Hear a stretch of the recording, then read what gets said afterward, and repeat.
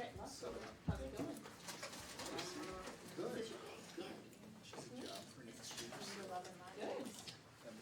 That makes her very happy. I had actually channeled that. She's quiet. How are you? I am really good. Yeah. Do you guys think you'll be doing one of your STEAM integration units second semester? Is that the plan? Yes, I do. Okay, about March or so? Part of the day to get there. Well, we're shooting for January. Oh my goodness. We were originally shooting for like starting this week, and that didn't happen. But now that Netherwood, because we've been working with Netherwood, and so it's harder to find things to put together that way. I'm noticing one night a week, Yeah. Tuesdays or something. Right. But now we're gonna go different directions. So Don't we self-coached up now? that means Kelly and I can sit down and Whenever. right, so we should be able to. We're still shooting for like after winter break. What I'm kind of wondering about is something for our 5 days this summer that would include a couple of days of STEAM learning, a couple of days of collaboration, and putting together something that would meet the needs of a lot of different grade levels as far as, okay, here's some really cool ideas, now let's sit down and talk about how we might be able to It make this being work. 5:30, I will call the meeting of the Oregon School District Board of Education to order on Monday, November 28th, 2016 in the district service meeting room. Yeah. Jamie, could you call the meeting? Ms. Feeney? Present. Mr. Uphoff? Present. Ms. Flanagan? Present. Mr. Raymond? Here. Mr. Kraus? Yo. Ms. Mason? Mr. Zott? President, the board has a quorum. I have proof that the meeting has been appropriately noticed pursuant to the Wisconsin Open Meetings Law, and that notice will be with Ms. Wick if anybody wants verification. The agenda for this evening contains a number of items, the first being our meet and confer with the OEA, and then we have two information items as the primary sources of agenda tonight. So I'll need an approval of the agenda, motion to approve the I agenda. move to approve the agenda. Is there a second? Second. Okay, Mr. Kraus makes the motion, seconded by Mr. Uphoff. Is there any discussion? Seeing none, all in favor signify by saying aye. Aye. Opposed, motion carries. That takes us to meet and confer with the OEA. Welcome. This is one of our two this year. Yes. We'll do one now and then probably one in the middle of second semester. So it's an opportunity for us to get together and talk about items of interest, mutual interest between us. And I had reached out to Tracy and Nate to provide us with some agenda items for our consideration tonight. And I've got, and I think the board got an email regarding some compensation plan issues. So Nate, I think I will turn the session over to you to begin to talk about exactly what the OEA's interest is looking for, and then we can kind of feedback from there. Charlie, you had a question first? Just a very brief comment. I would really like to recognize and thank the teachers of OEA for your leap of faith. There was a lot of discussion about timing and when and how we should hold a referendum. And I think there was probably a little concern waiting until we did, till this year. But I'm delighted, as I'm sure the rest of the board are, with the outcome. And thank you for your patience. Nate, I don't know that we need introductions, do we? I think we know everybody. Okay, go ahead. First off, this is our first chance really to thank everybody in this room for all the hard work that was invested in passing the referendum on teacher compensation. So on behalf of the OEA, I'd like to say thank you to everybody here, to everybody who's not here, and to the community as a whole for all the hard work and supporting education in Oregon by passing the compensation referendum. So thank you very much, everyone. In that light, where we were thinking our conversation tonight really should go is talking about next steps with what needs to be done in follow-up now that we've got this referendum in place, what needs to be accomplished to firm up a lot of the things that we're looking at, because I know that we had the framework financially there for it, and the logistical framework, but there's a lot of details that are out there yet. And our hope isn't to walk out of here with details fleshed out. Our hope is to be able to walk out of here with an idea of a plan of action and how everybody can be involved and invested in a plan of action for the things that need to happen next, in follow-up to having had this great teacher compensation referendum and a new plan, and also new supporting things for supporting our teachers and developing our teachers well in the district.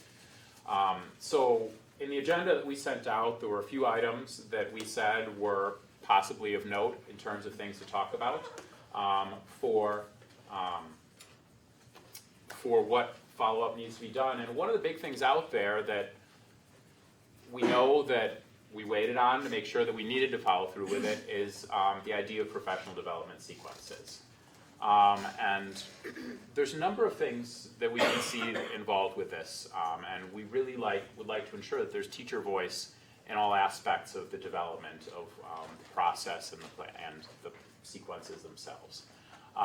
So there's a few things that we're looking at that we'd like to figure out how teachers can be actively involved in the process of developing the rules and procedures related to how the logistics of doing professional development sequences are going to happen, as well as how teachers can be involved in the development and the process of approving potential professional development sequences as well. So in how the actual content of professional development sequences evolves, because we know that teachers can be a great source of input and value, that we value all our knowledge that we've got within the district to develop each other professionally as well. So I guess the thing that I'd just like to leave an open question and to open a discussion here is in terms of how can all the stakeholders here be involved in this process and ensure that this is the best possible thing that it can be for our district, because I know there's a lot yet to be fleshed out. I'm gonna let Gina, if you want to talk about, or Leslie, about what's been done and what you envision. I think this is really an implementation question that's more operational, and we worked with Tracy in terms of placement of teachers and had discussion and worked that way. So I envision at least that the professional development sequences would be an implementation detail that would fall with Gina and Leslie. So I'd let them talk a little bit about what they envision. Sure. What I'd really like to see happen is to have some a collaborative process in building the beginnings, or building some that are very specific to our district goals.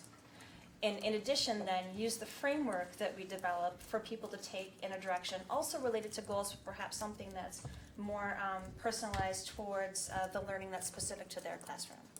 So, for instance, the idea of starting with the learning, the planning, the analyzing, the collecting of feedback or being involved somehow in a feedback process, reflecting on your process, and then sustaining what works and what is good.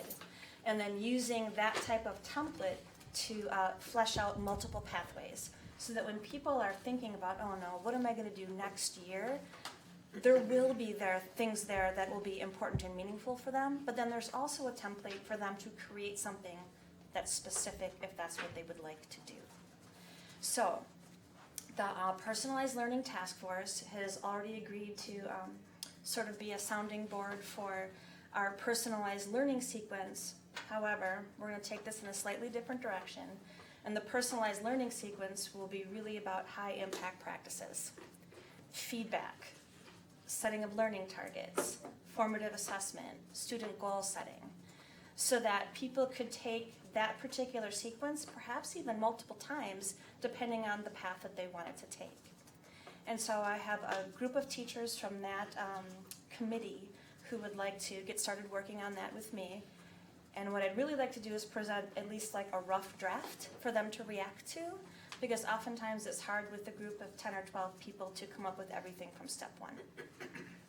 So in addition to that, which could be multiple sequences actually rolled up into the heading of personalized learning, there'll also be one on, I don't know if we'll call it the whole child emphasis or mental health or however else, but another way to look at the needs of our kids, which will be, a foundation of mental health first aid and, or for the younger grades, trauma-informed schools, and start off with that and then take it in a different direction.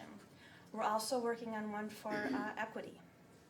So we're working to develop some partnerships with area districts who are doing very similar things. Perhaps not the sequences, but they're offering professional learning opportunities around their district goals, which is really exactly what we're doing too. So a couple of districts have a great head start on us and have really been mentors and are willing to help us develop some things and maybe even co-develop some things. Because in actuality, most of the plans that are being developed in Dane County or were developed somehow hinge on professional learning. And so we're all looking for ways to make it a really meaningful learning opportunity for teachers that translates into achievement for kids. So we're all sort of looking at the same things, and we are pretty on board with combining efforts. Gina, you have anything to No, add? that's a perfect summation of our meeting today. Thank you. Nate? I mean, I guess then the content of them, I've heard some of this before already in terms of the content. Then one of the things that I'd like to make sure we've got a plan in place for is the stakeholders figuring out how the administration of the process is going to happen and the logistics of, declaring and getting pre-approval of what you're going to do, of getting approved that you've completed the sequence, and all the logistics of that too. Just the timing of the process. Yeah, through all that. the plan for how we figure out the process for all of it. Yeah. Charlie, go ahead. Leslie, maybe this is a little premature question. The process or the logistics that Nate was talking about, will people be able to opt into through a system of choice what interests them?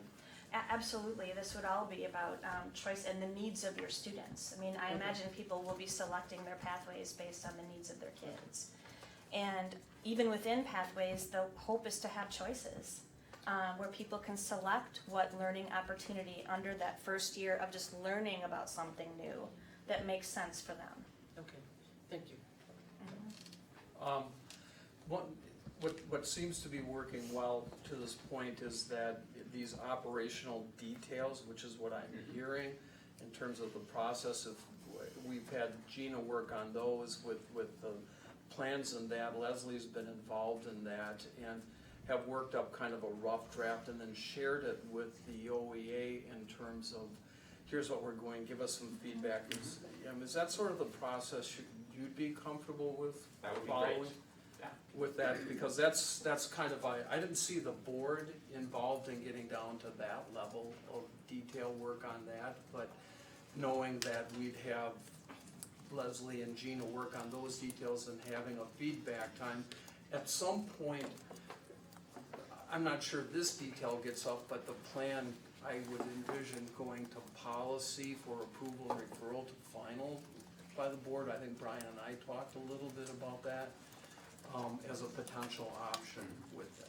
So if I can, the way that I'm hearing that is that we will be informed of the information, and because as an educator, I'm completely fascinated with this. And even though we're not part of the manufacturing of these, of the process, we'll still be informed of that then. Yeah, just like with the financial aspects of it that we're reviewing in terms of what's the process going to be to place our educators into the plan. We gave you that a couple weeks ago and we're still working through that. Right. Gina had developed that. We had sat down with members of the OA and said, here's what it's gonna be, react back, got some comfort level from that, and we've got a process going forward, and we shared it with the board. I would envision that the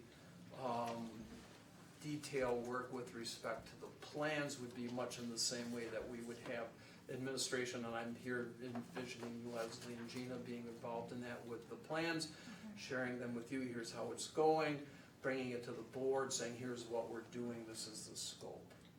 That to me seems to work, and it's working in the other area too. So, any reaction to that from any board members in terms of Charlie? What?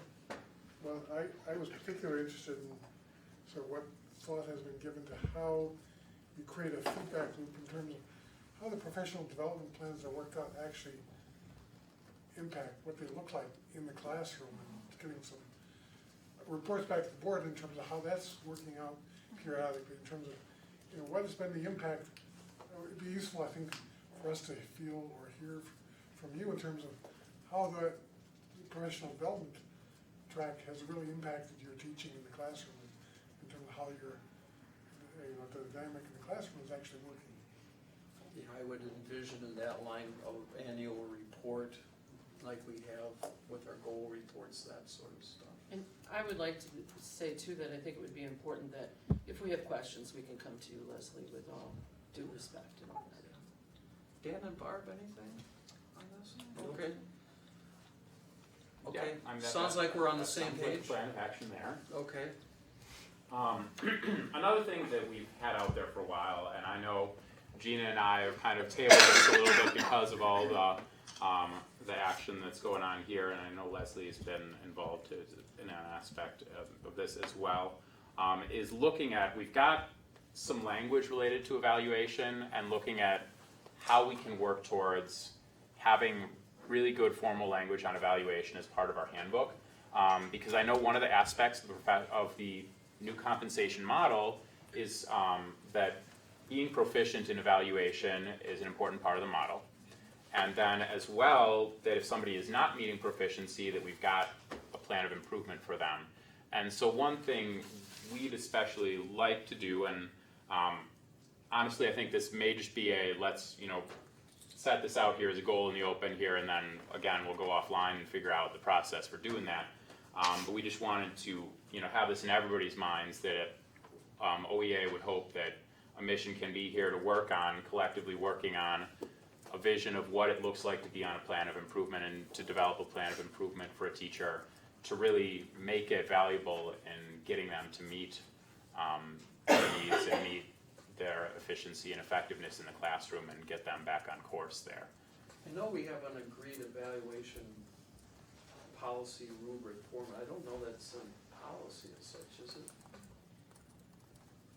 Well, we have, I'm just looking here, cause I know we had talked, what I have, so we had evaluation language in the employee handbook. We use the Danielson model, so the rubric is set for us. Yeah. And so, I know I have, actually back in October of 2015, that Nate and I had talked about updating the handbook, and I had sent language to consider, and you sent it back saying, there's some things you're comfortable with, but we need to talk more. Yeah. So I will, I'm sure you remember it clearly, so I will resend that to you, but it looks like we had a really good start, Nate. Yeah, and so now that we've completed this, I want to wrap back around to evaluation being a critical component of this compensation model, that I'd like to wrap back to that discussion, make sure we've got really good rigorous language. And then I think that's a direct work with Gina and follow up on that, and then also the timing, and then what a performance improvement plan looks like through that process, because that is the component. And, you know, when we were out talking to the public about that, that was one thing we talked about was, you know, that we would do, we'd rigorously evaluate pursuant to a dedicated plan that we have, and, you know, if there's a issue, we put people on performance improvement plans with the hope that performance improves and that it's meaningful, so. Yeah, I think that's what you're starting to work with. Yeah, and one of the big things to me here too tonight is, now that we've completed this one big hurdle, I just kind of want to set our sights on what are some of our next collective goals, and so then they'll probably go offline a lot, but then come back before the board in final product form. Right, and I envision that when, if they get to a policy level where you worked with finalizing those details, that we memorialize those and they can go to policy, if that's where we determine at that time, we'll come to the board, do that. What is the timeline on these things? Do we have set timelines, or based on once you meet, then you'll determine timeline? I think that's one, my guess is that's one of the details is with those in there. Yeah, I know we've got a necessary timeline out there that the professional development sequences are going to be launching next school year, so. So yes. Okay. Okay, sounds like we're on the same page there. Yeah. Okay. Anything else on that? It's another thing that I'd like to put out there that I know this is a detail and we're not there yet in fleshing out the details, but one thing I'd like to put out there is just thinking about how evaluation cycle relates to the things going on in the plan and the timing of, we've got a 3-year evaluation cycle, we've got 5-year levels within the plan, as well as then potentially 3-year retention cycles for people who are at the end of our plan.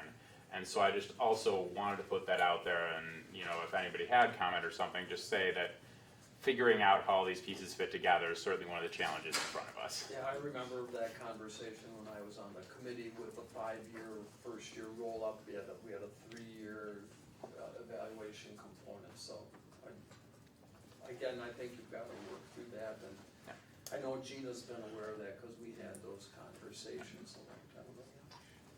One of the things that's concerned me a little bit about evaluations is that it's often viewed as sort of an event at a point in time. And I would really like to encourage the thought given to looking at evaluation as more of an ongoing conversation. If necessary, even almost on a daily basis. How's it going? I mean, getting some feedback is really helpful, more useful, I think, than at the end of a 3-month or a 6-month or a year period, coming up with some kind of written statement trying to identify. I think the ongoing conversation is far more valuable.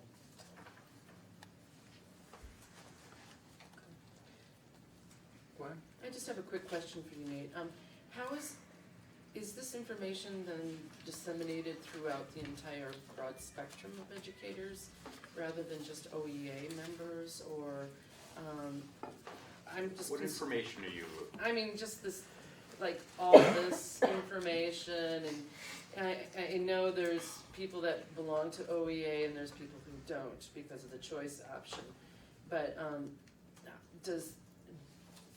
do the people who aren't part of OEA, do they have a voice? Do they have your ear as well? I mean, I would certainly say on big issues where we're talking about things like evaluation and such, that all teachers, everybody we're representing certainly has our ear when it comes to discussions of representing teachers and what the teacher point of view is for things like evaluation and stuff. I would certainly say that we're certainly talking to and considering all our teachers when we're talking about those things. And I know with Gwen, with placement of teachers on the plan, that information was shared through district email with all teachers. Right. Yeah. No, I do understand that, but I just wanted to understand, because things have changed so much, the structure for educators to get together and to have discussions, so. And I would certainly say then eventually we also do reach the point where we come to final product on policies related to professional development, policies related to evaluation, the final product, then that's becoming part of district policy, so then. And what I'd like to see is having people, educators, I know that time is always a crunch, but having teachers participate on the policy committee and get their input too, and not that they have a voting thing, but to be there for the discussion, so perhaps, that makes it very transparent then. Anything else, Nate, on the comp plan in terms of What do you those guys, details? I've kind of hit our high point, so I'll give it a second here for our other members of our committee to see if they've got things to say in terms of follow-up. I think the teachers are excited about the referendum passing and grateful that the community has endorsed them. But they're very curious about what this professional sequence will look like. I think, like you said, everybody's embarking next fall. There are 5 days of professional development time yet in this school year. And I think that many of these questions are the questions that we are getting as well.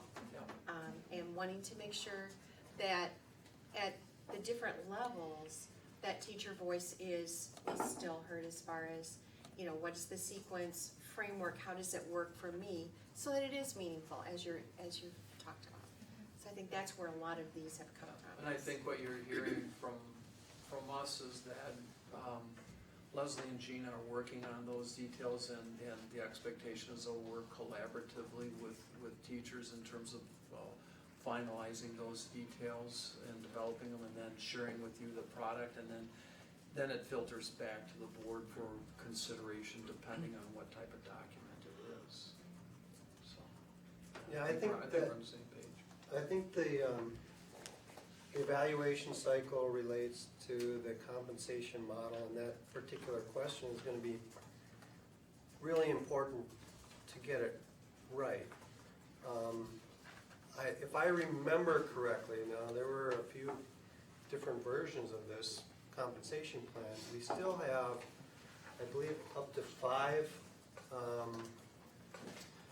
teachers or I don't know, what was that top level? Leading educators. Has there been any thought about who those might be, or whether we could use those people to help develop this plan to get it all working? Perhaps bring on a full-time or maybe even 2 full-time for a year in order to implement this plan, to make sure that everybody's trained up on it and that it becomes just like clockwork as the new teachers come into it. So in terms of this year, what we talked about, because it's almost December, that those positions would be posted and you would apply, and it would be posted based on what the needs of the district are at the time, and that may very well be an important need that we have. So what we talked about is, at least for this year, that we wouldn't fill those to try to use that money to fund the model, and we actually had a meeting with some OEA individuals right before this and talked about that.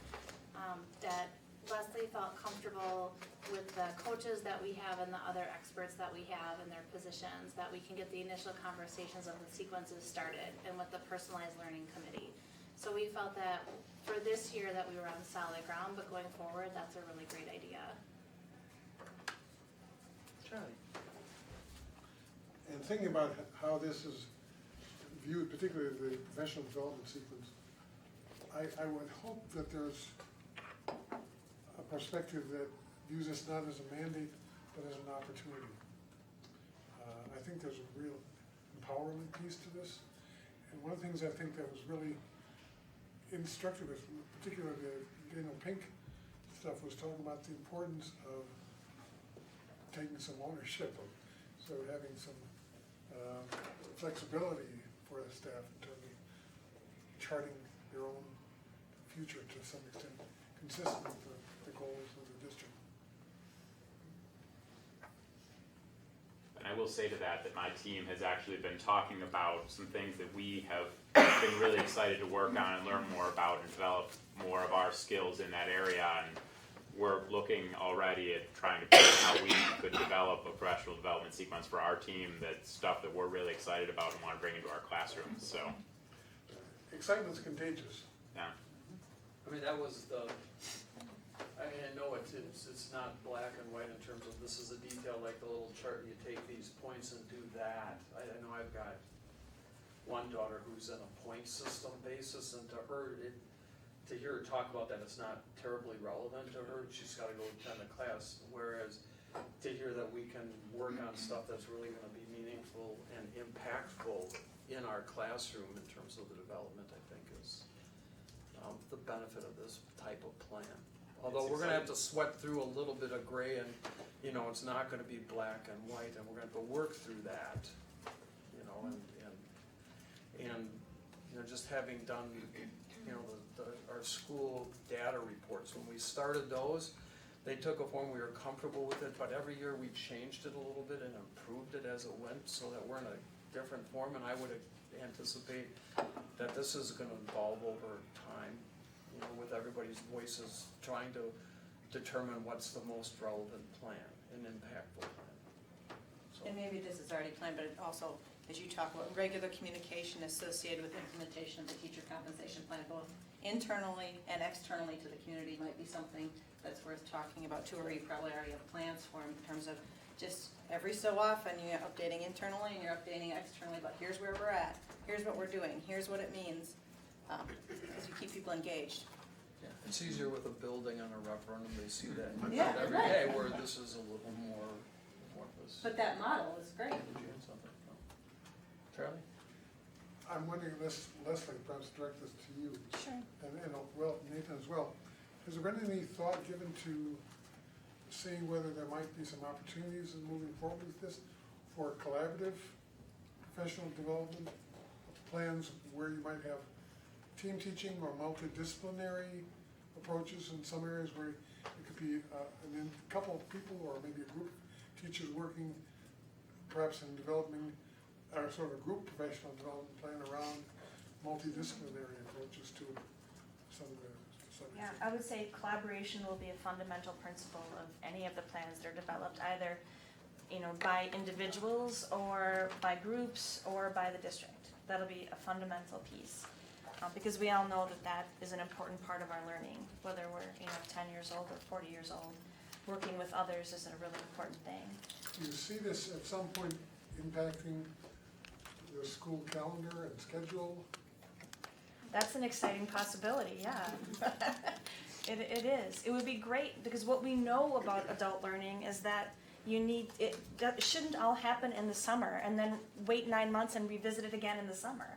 We should be spacing it out so that people can learn things, try things, reflect on things, meet with their colleagues, as opposed to trying to cram it all in summer times. And I know too, it's very difficult. Some places where they've experimented with project rather than particular, academic focused learning, where a whole variety of things get sort of pulled together, not just looking in terms of a class period, but an ongoing semester or year-long project. And I would say right now that there's conversations going on and explorations going on related to a lot of these modality questions and a lot of these things. And so there's certainly a lot of conversations out there. There's no group that's saying this is something that's happening yet, but that's certainly, that's in the air, and there's a lot of conversations happening around project-based learning and a lot of other ideas. And I wanted to add, Charlie, thank you for bringing up the calendar, because that just opens up a whole bunch of really positive opportunities. I do want to say something about the collaborative learning and collaborative teaching, is that this has been in the conversation, and it's been happening for years and years and years. It's not easy, and so with, because of our schedules and because of all sorts of other variants, but I'm really happy that you brought up the calendar, because down the road we can start taking the view and looking at our school calendar to create something that is so positive with collaboration, not only between educator to educator, but to educator to student, student to student, and et cetera, and not only, like you said, project, but getting out into the real world. If a child wants to do welding or something, they can work in a welder, apprentice. I know we have some of those too, but really make it just a normal practice. So thanks. One of the metaphors that I sort of played around with, sort of thinking about ways forward as we were talking about the visioning process, was looking at the district and teachers essentially as travel agents, where you're really sort of helping guide and direct learning, but where the students are a very integral part of the decision about where they want to go, and where the teachers in the district essentially represents a resource for them to help give them some guidance and direction, maybe some of the tools or familiarity with the landscape and the languages that are essential to get where they want to go. And I think this is extremely exciting step for us as a district. I think there's all kinds of opportunities that are opened up by this new relationship that I think that we've got, and the possibilities that are created by not only the referendum, but by the conversations that have been started. I'm really looking forward to this. Yeah, we're going to have some conversation after this about the same sort of landscape for students, autonomous planning and what that means. And so there's a symmetry between what we're doing with our educator comp plan and our assessment of student achievement and ultimately their graduation. So, anything more, Nate, that we need to discuss tonight?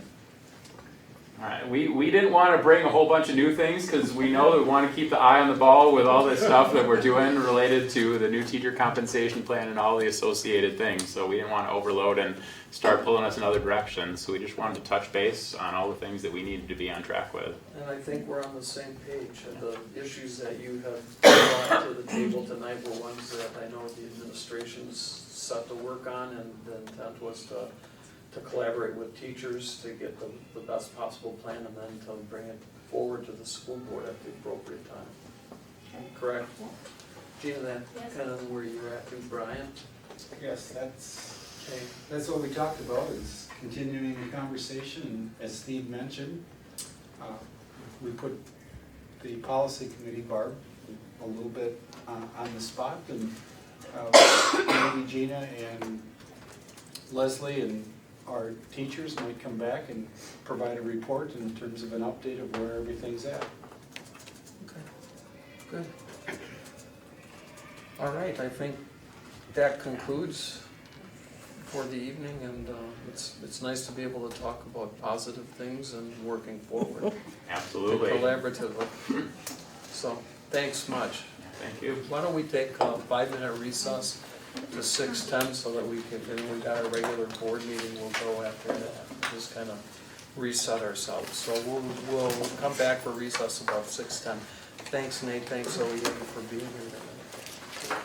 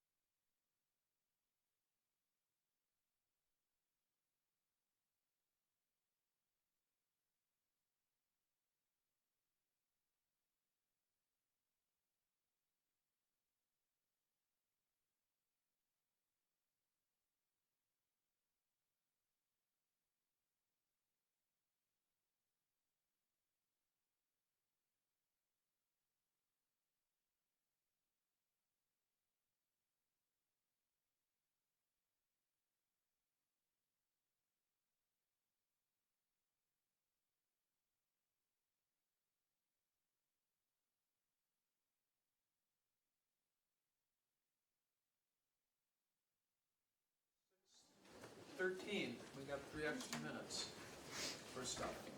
Resuming on our agenda.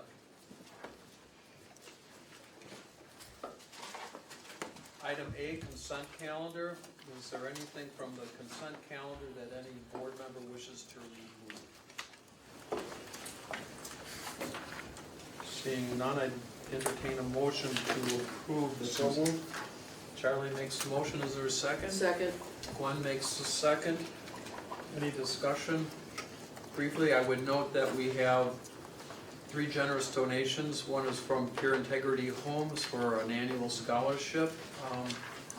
The second is from Sandy Lorenz, a 3-wheeled bike that she is donating to the district. And the third is a donation of $30,000, a commitment from Oregon Youth Baseball for the new fields in J.C. Park. And I would note from that the board's commitment to that project has made it a lot easier for us to go to those groups and say, would you donate? Because we have a completion date online and we need this to occur. And so right now I think the private sector donations and contributions to J.C. Park East are between $120,000 and $150,000 towards that project over time. So all in favor of, and I don't think we have any staff assignments or contracts that we need this by roll call, so all in favor signify by saying aye. Aye. Opposed? Motion carries. Consent calendar items are all passed by unanimous voice vote. Item B, communication from the public pursuant to Board Policy 18004. The board has established an opportunity for the public to address the board. Is there any member from the public here to address the board? And I don't see anyone, so we'll move off of that. No one registered with you? No. Okay. Item C, information items, OEA report. I think we've had our meet and confer. I think we're good there. Student report. Tessa, hi. Hi. How's the semester going? It's going pretty well. Tonight I don't think I have too much to report other than that I was emailing with Mr.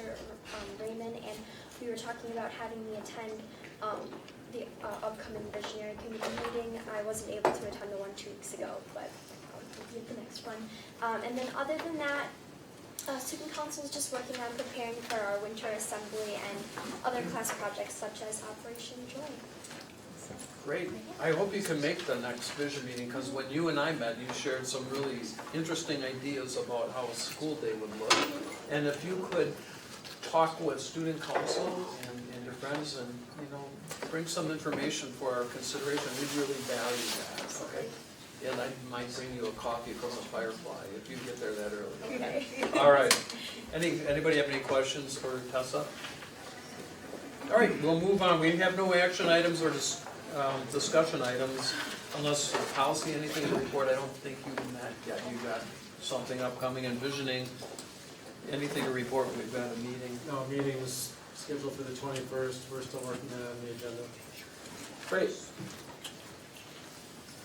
So our primary items tonight are 2 information items. One, Jim had wanted to come and talk about academic and career plan. Jim, we're going to jump first with Leslie. Okay. We're just reconvening, yeah. Great. They're starting at 6:30. Great, because this kind of matches in. Perfect. And I'd asked Leslie to come and talk a little bit about the school report cards, the academic, Wisconsin school report cards, because that information came out and to share with us, what our results were, but not only that, but what they measure, and maybe have a little discussion with that, of how it's going to fit into the broader scheme, how we measure accountability and success for our students, and that would segue into then, I think, a conversation with Jim on the broader topic of their plans. So, Absolutely. and then this is more of an open forum, so feel free to jump in at points in time if you have questions. It's a more discussion format, and it's a little different than when we have an action item in discussion. So this is more in the form of a conversational session. Let's shoot to maybe complete this by 7 at the latest, or 7:15. I don't know what your time frame is. Way faster than that. Okay, but just to put Depending the on the out, question. just to put on the outer edge of this. Okay, Leslie, the floor is yours. All right. But people feel free to chime in when you want to. Yes, please do, although I caution you to ask me about the complicated mathematical calculations that are done at DPI to determine some of these scores, because that would be a difficult thing for me to address in a direct fashion. However, our report cards for 15-16 came out a couple of weeks ago, and we are a 4 out of 5 star district that exceeded expectations. We're ranking in the, according to this particular set of measures, and we'll talk or expand on that in just a moment. But according to this set of measures, we're certainly in the top half of Dane County school districts. But what I really thought we'd concentrate on today is how are these things determined, what goes into it, and then how we see it as a part of our larger system. For example, I know that with this group, I am reiterating what we have already stated many, many times. And that is that the state assessment system is not what we hang our hat on. It's one small sliver of who we are and what we do. So before we begin to talk about it in any detail, I think it's always important to orient ourselves to what is it that we value, and then how many of those things can actually be measured through our state assessment system. And then what do we measure? We measure our 4 C's. And the data we'll talk about today is certainly a slice of the competency part of the apple, but it's not the whole thing. So how are our scores determined? Well, there are 4 areas in which we can earn points. It's meant to be a balanced look at school performance. That's why we look at 4 different areas. However, everything in these 4 areas is based off a test that's given one time of year. So even though they divide it up and make us look at the results in really important ways, it's important to remember it is just one test. And for the district report card, we're treated as one big school. So you know that our district score was 77.2 out of 100. But every school also receives a report card and has a score assigned to it. And I don't know how many of you saw the newspaper article, but all the districts and all the schools within the districts and their scores were in the newspaper. So even though we put a lot of emphasis on the fact that this is just one sliver of what we do to meet our students' needs, or how we measure how well we are doing in meeting those needs, it is the one measure that gets in the paper and ranks us across the county. So it's an important thing to keep that in mind too. Isn't that really what it's intended to do? Absolutely. It's designed that they just want you to do a normative test, or try to develop a formula to get one figure so you can compare schools? Yes. Okay. As a matter of fact, I really can't be clear about why they moved it from a system where it was significantly exceeds expectations to fails to meet, where now it's also a star system that corresponds. I mean, that was a recent thing that was actually put into legislation. There isn't a single thing out there about what that adds to the conversation. But what we look at on this report card are 4 specific areas: achievement, closing gaps, student growth, and on-track and post-secondary readiness. And I'll do just sort of a cursory overview of what was comprised within those 4 areas. And you can either throw out questions as we go or wait till the end, whatever you would like to do. So for student achievement, that's measuring us against a specific set benchmark, right, for every grade level. And remember, we take these tests, or the students take the tests, excuse me, in grades 3 through 8 for English, language, arts, and math. Grades 4 and 8, they also add on science and social studies. And then grade 10, it is just social studies, because science is already in the Aspire test, which is another part of the state mandated system. So basically through grades 3 through 11, they're taking state assessments. Well, fortunately we are, as a district, well above the state average. But what they do that's really important, and thankfully we know to do it already, is we look at benchmark proficiencies with all of our subgroups. So that would be students with disabilities, students who are working towards English language proficiency, students with an economic disadvantage, and all racial and ethnic groups. So we already look at our demographics, or we look at our results through the lens of these different demographics, but the report card does that also and helps to reinforce the importance of doing it that way. Leslie, the test is, once year, when in the year is that taken? It's now taken in the spring, so the window is late March through April. Okay, and then 3rd through 8th, they get reading and math, right? That's right. And then science? Science and social studies is 4 and 8. Okay. And then social studies is grade 10, because science is already in the Aspire test. Okay, so in the high school, it's just one test? For the forward exam, for what this is based on, yes. And that's in what grade, 11? 10. 10? 11 is ACT. Okay, and is that in the student report cards too, or not? I thought it was No. I just thought it was 11, or, 10 is the only time they're taking the forward. ACT is not in okay. the student report. So we rate our high school based on one test that our students take as sophomores? No, I'm sorry, I'm gonna backtrack on that, because ACT is included. It is one of the measurements, because they're measuring English language arts gaps and math gaps, et cetera, and the only time we're actually measuring that is through our Aspire and ACT tests. Okay. So the social studies part of it all, which is what they take in grade 10, that's not reflected on here, other than in test participation rate. How do they measure growth then? As, you know, that's one of the 4, the closing gaps, or the student growth part of it? If I'm in high school, where do they get that? There's no growth measure. That's No why there's growth no growth measurement? in high school, No that's growth my question. Okay.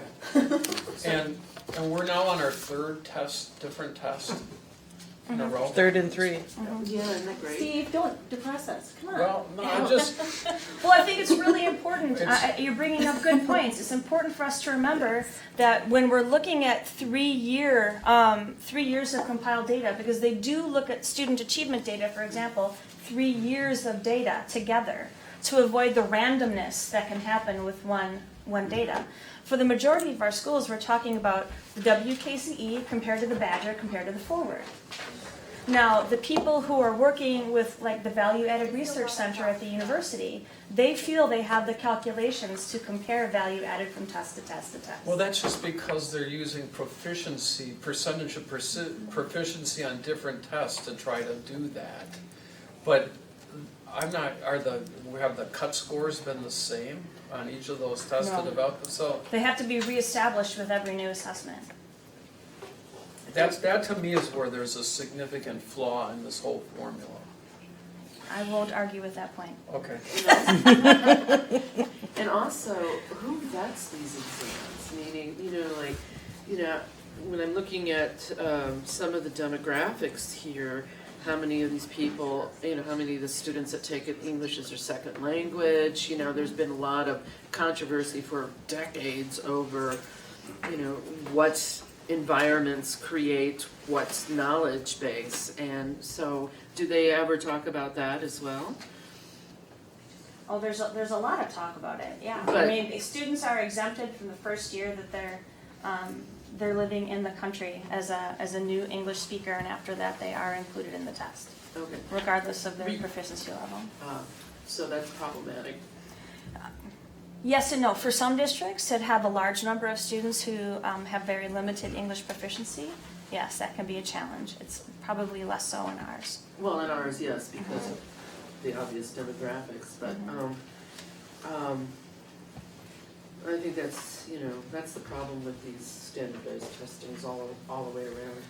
Well, and there was also the discussion of the fact that the forward exam was put together on a very, very short window of time.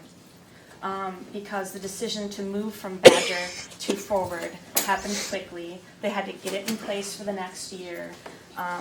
As a matter of fact, this is just theorizing that takes place among curriculum directors, so I certainly wouldn't call this a factual interpretation, but the whole district at the advanced level, the whole state, the term that was used by one of the directors was sort of took a haircut in the advanced level. across the state. We lost quite a few kids from the advanced category into the proficient. And one of the things that we were musing upon is, could it have been that there weren't enough test questions at the upper end of the scale to truly test whether or not someone was at the higher end of proficiency? I mean, there are a whole bunch of flaws with this system. But as I said, this is a system that makes it in the paper. Right, and who wrote the test? It's the forward exam, I believe it's Pearson, if I'm remembering correctly. And then there were groups of teachers who came together to help establish cut scores. No, I was just hoping it wasn't legislators. Was it, We're not that far away. well, the DPI site says that the cut scores are supposed to be set based on NAEP standards. NAEP, Yeah. National Educational Proficiency Score, Assessment Proficiency, or something to that nature. And that's the test that's given internationally. That happened a while back, though, is that we moved to be better reflective of NAEP scores. That was prior to the forward exam. So if I'm taking an 8th grade English test, how long is that section? And how many questions? Oh, I might have to defer to The Shannon. 4th grade is a that. couple hours. I was gonna Yeah. say, hey, there she is. Yeah. I mean, For just, I mean, there's several sections. There's, 3 or 4 sections of English language arts. There's a couple sections of English writing. And then there's a couple sections of math, a couple sections of social studies, a couple like sections. for math, if I'm assessing how a student is on math, how many questions am I gonna be given in that test? Like 200, 50? I think it's 2 45-minute sessions, and it's probably, I would say, 50 to 60 maybe in each session. Multiple choice, fill in the bubble. I guess that's reminding that we're assessing whether you're competent in math based upon an hour and a half maximum window and maybe 80 questions. But I think what's important is that we know as part of a balanced assessment system that this doesn't tell us much. And we know that, and we take that into account. Now, last board meeting, we went through the achievement, student achievement. Those scores, can you give me and remind me, the data that was presented in that beautiful brochure, that didn't come from this. No. But what I think is interesting is that even though there's percentage points off, it is telling us the same information, particularly between math and science and reading, which I think is kind of, is something that we need to pay attention to. Well, I think that's what this type of data is useful for, is to look at larger trends over time, as opposed to the achievement of a specific individual student. Not get hot under the collar about Right. some of the detail, but rather do the comparisons and see where. Is there something that the data tells us year after year? Right.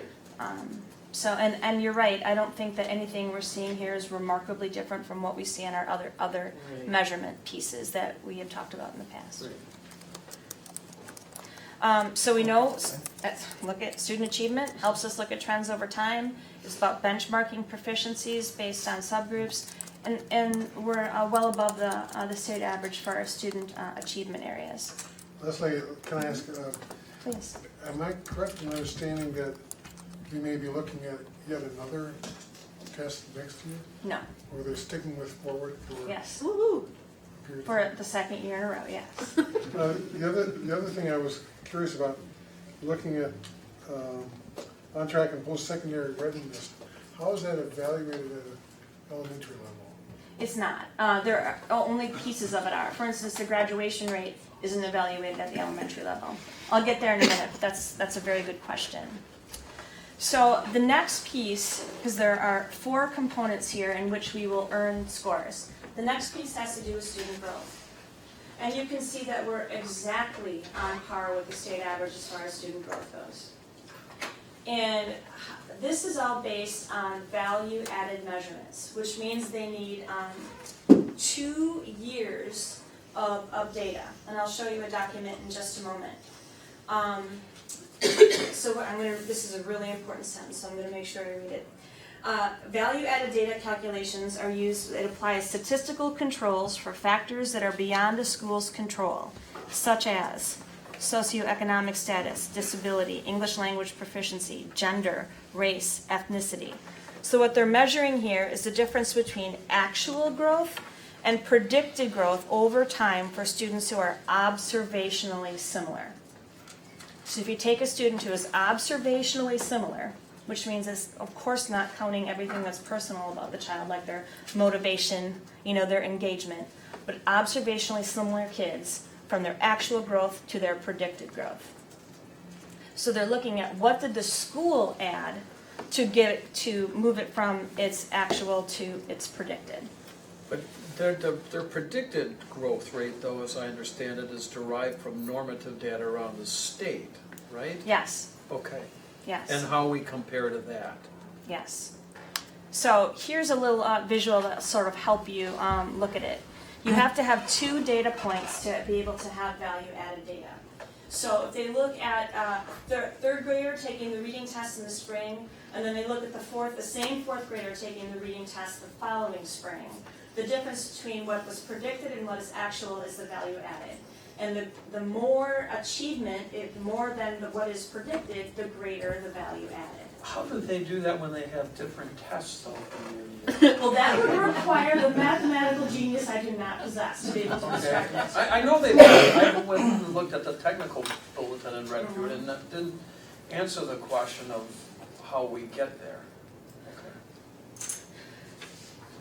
I love this antics with data.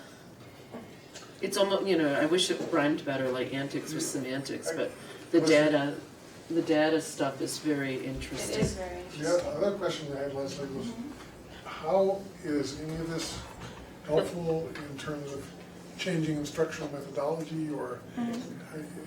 That's a really good question, and I think that everything we're doing in relation to what we see within our assessment system, and this is just a small portion of it, very small portion of it, that's really in the student achievement report. That is our reaction to what we see as the needs of our kids, based on our formative data, our summative data, and every other type of measurement, benchmark data that we have.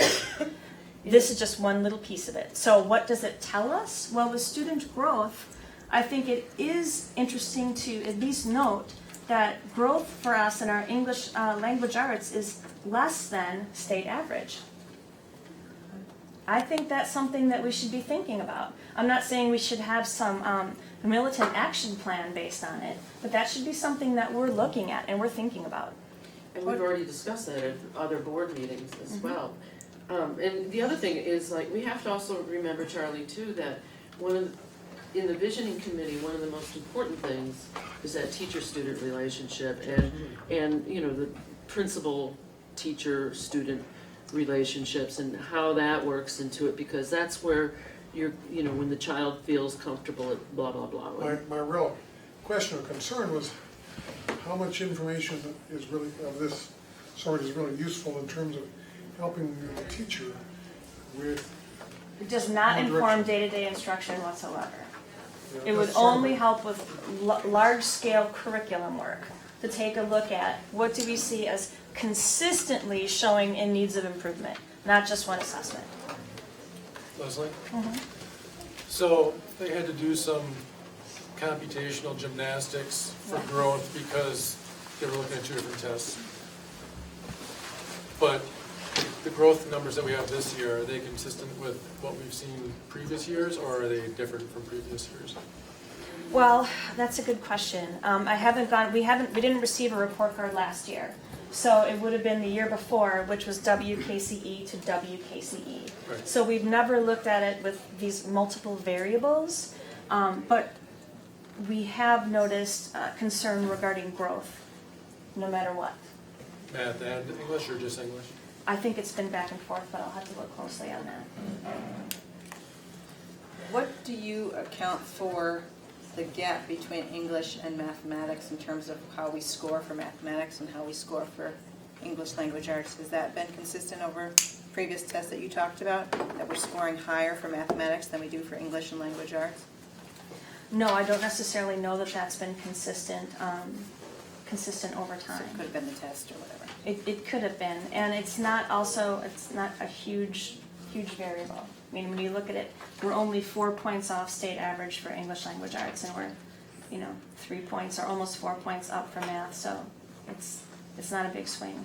Isn't that just a general trend amongst all districts, so that the math scores are lower than the English scores? Math scores are higher, or- I mean, ours are no. always higher. Yeah. Yeah, that I don't know about, Okay. general trends. All right, we'll go to closing gaps. And this one is super interesting because value added requires 2 data points, right, to determine the value added numbers. Closing gaps requires multiple data points over time because you're looking at trend lines and the how the trend line for the comparison group is in comparison to the group that we're measuring. So the focus is on improving, of course, the achievement areas for narrowing the gaps for all kids in achievement and graduation. So we're measuring growth and proficiency. Districts are awarded, I'll read this verbatim, districts are awarded points for raising test scores and/or graduation rates of target groups faster than statewide comparison groups. So if you look at our numbers on here, you can see for English language arts and for math, we are closing gaps at approximately the same rate as the rest of the state. Okay. And just a smidge higher for our graduation rate gaps. So that those gaps are the gaps between, based on race or ethnicity? It would be economically disadvantaged compared to not. Okay. English language learners compared to English proficient. Okay. So that's how they do it. And then they do it with students with disabilities and not, and then races and ethnicities, all different races and ethnicities compared to white students. I have a question about specific school scores on this. Are you gonna drill down a little bit, or is this the time to ask that question? You could try. I'm glad the principals are here. Okay. Because go right ahead. If you have a specific one, we'll see what we can do to answer your What I was question. looking at is, in the elementary school, on closing gaps, we're doing better than the state average, but when we get to RCI, there's a big drop. And, I don't know if that has to do with the, but then at the middle school, we're roughly the same, and then at the high school, we're slightly lower, but RCI is where we're seeing the biggest and a pretty significant difference in closing gaps. Particularly for math. Yes. Yeah. No, we have discussed that. Jason has discussed it with the leadership team too. But I have to say that this isn't something that's recent. It was one of my last actual staff meetings I had as a principal of RCI, was to talk about the growing math gap. Because we used to attribute it to the fact that the students were tested in the fall. So we would say, oh, they're just adjusting, it's difficult, that's why the scores dropped from 4th to 5th. Well, then the tests moved to the spring, so they've had an entire year of adjustment, and the scores continue to stay lower. So we've been meeting, the math coaches and I, the math coaches and some of the 5th grade math teachers, to talk about our ideas about why this might be occurring. Part of the issue, certainly isn't the whole issue, but part of it is that they go from 75 minutes to 45 minutes plus another 15-minute chunk added on at another point in the day. So there's definitely a decrease in the amount of time they spend on the subject area once they get to 5th grade. Because they add in 45 minutes daily of science and 45 minutes daily of social studies, which is not how it happens at the elementaries. The elementaries probably flip back and forth between those things. They wouldn't say 45 minutes each day on each of those subjects. So we probably don't know if that same thing is happening in other schools where the math instruction is going down in 5th grade. No, not necessarily. Minutes It's of not math necessarily happening in other places. And Shannon and I have spoken about that too, is that there is a natural small decrease in the middle years, and we think there's a developmental component to it. Sure. But we see a dip that is deeper than what we would attribute to a developmental component. And so we are trying to figure out why might that be.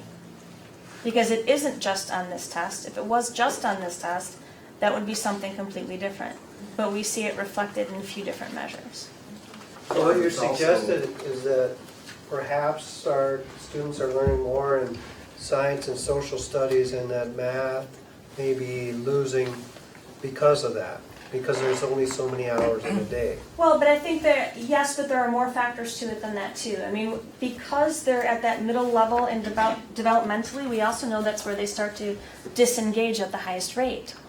So that's also when we try to increase more options. For instance, in 5th grade is when they can take every day they could have a music class if they wanted to. If they wanted to do band and orchestra, every day they could have music. And that's a wonderful thing. And that is part of our strategy to keep kids engaged in those middle years. But you also wonder, is there ever a cost to it? And is that cost something that they will catch up on later anyway because of all the things that are brought with the study of those additional subjects? And how much does it matter based on who that kid is, I think is the question too, Absolutely. I think right? individual decisions based on the needs of that one particular child Which may are tie into super the important. ACP. Absolutely. Who is that kid and What do they need? yes, right. But it is interesting that by middle school, It evaporated. the difference is much smaller, and we're slightly lower at the high school. Around 5 points lower overall in closing gaps. Barb, it's also a function of grade configuration. Because most school districts in the state of Wisconsin are K-5 elementary, and we're K-4. So that mixes the school schedule across the state. Most of the kids that we're compared to would receive more math instruction if they were in a pure elementary Yes. K-5 program. I have a quick question on the graduation rate on the Oregon High School. And I think I figured it out, but I want to clarify it. This test was taken, you said, in April? May? Yeah, everything's taken in the spring. So our wonderful graduation rate of 99%, if not even 100% now, wouldn't show up with that because it's in the springtime on the test. No, that data is pulled at the end of the school year. It wouldn't be pulled at the same time as the test. Right, so, which is unfortunate because like you said, it gets published, so. Maybe we need to have like a letter to the editor explaining these things. Dr. Busler. But I think it's, but remember the 93.8 points out of 100 does not mean we graduated 93.8% of our kids. That's okay. not how that is. It's not a one-to-one correlation with that. Oh, it isn't? So No, how, it is not. So how does that read then? That's how many points we scored out of 100, and it's because they look at the graduation rates for all different subgroups. So there's different calculations, and it's not as straight, this number of kids. Doctoral? I'm sure it's that for several people, yes. It's not a student-to-student comparison. No. Gotcha, okay. Do people understand that when they read it in a newspaper? Likely no. But actually, all that's published in the newspaper is this score, this numerical 72.9 for the Oregon School District, Oh. and then the score for each of the schools. Okay. If people wanted to learn more, right now their choice would be to go on the DPI website, but in the future, all of this will be on our website, so they can take a look at it. Okay, thank you. I'm concerned that, and Lynn touched on it briefly, that the information that gets out to the public is pretty limited and probably not very revealing in terms of what's actually going on. I know when people are considering where communities to move into, how the schools rank is often a very significant factor in deciding where to locate. And I'm just wondering if there's anything that we can do, since this really is such that's a one-time and very limited snapshot, if there are some things that we might be able to do to help provide a little broader perspective in terms of what's happening within the school. Well, truthfully, our student achievement report was created with that in mind, because we wanted to have another communication tool for the general public, parents and community members around Oregon, that told the story of who we are and what we believe is important. Because love to these see some report of that. cards don't necessarily show us I that. would love to see some of that information. from the student achievement report in the press as well. I As a way agree. of- We are working on that. Okay. And a reminder that at the next meeting, you'll get your chance to have some feedback on the achievement report and ask questions, because then we're ready to go with that. All right, so you know now that we have the student achievement, student growth, closing gaps, and then we have on-track and post-secondary readiness. And this measurement depends on what school you're in. For instance, the high school is the only one that gets a graduation rate measurement, but all the other schools have an attendance measurement. And then we are graded by English language arts, our proficiency levels for grade 3, and proficiency levels in grade 8 for math. And that's because those are considered to be big indicators of future student success. How many students are in the proficiency range and grade 3, and how many students are in the proficiency range for grade 8 math have long been considered indicators of successful high school completion. So that's the reason that they were selected. And you know that graduation rate is selected for a very clear reason. It's sort of one of the ultimate indicators. And if their attendance, if they're not there, then we can't really get very far. And the attendance rate, I'm going to move to the student engagement factors, because those 4 areas are how we gain points. We then can lose points through the student engagement indicators.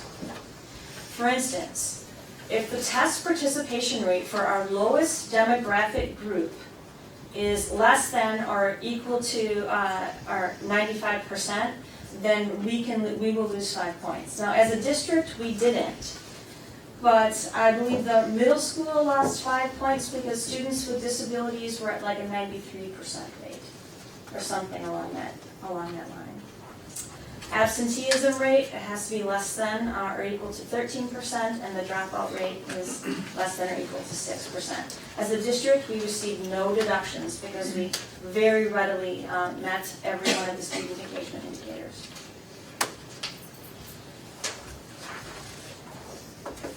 Now, here's what it's super important to understand, is that this is only one piece of a balanced assessment system. That we, as a group of educators, do not believe in determining proficiency or growth with one data point. We're always looking at multiple data points to see where our kids are, where they're growing, and where we need to provide more support. But along with that, as I said earlier, there's also the understanding that this is an important public measure. Is there any significance to the fact that you've got an elephant in the belt? Well, sometimes during testing season, it feels a bit like an elephant on our chest, to tell you the truth, because during that window of time, it can be pretty consuming. But I didn't select it for that reason, that just occurred to me now. Because as Margot said, it can, making sure the kids have enough time, scheduling it so that they're at their optimum, it can be a disrupting thing. It really can. I know that there was one group of teachers who felt it was very, very important that the kids take the test early in the morning, because that's when they felt like the kids were at their best, but it required changing the rest of their day for about 2 weeks in a row to get all this done. Now, over the course of a year, how much time is that really? Over the course of the year, not that much time. However, DPI has given some very specific guidance on what constitutes a balanced assessment system. And one of the things that they said, and we will continue to work on this, is that 90% of the time we spend in any type of assessment should be on formative assessment. Because formative assessment is what impacts day-to-day instruction. 90% of our assessment time should be spent on that. And yet? Well, I would say our teachers do really well with that. I think we should continue to get even better in it because of how important it is as far as being a high leverage practice. But I do think that people would say that they believe formative is considerably more important. No, I'm not arguing. I think that's important, but it disturbs me to hear that for 2 weeks a teacher has to change their schedule to cater to this testing.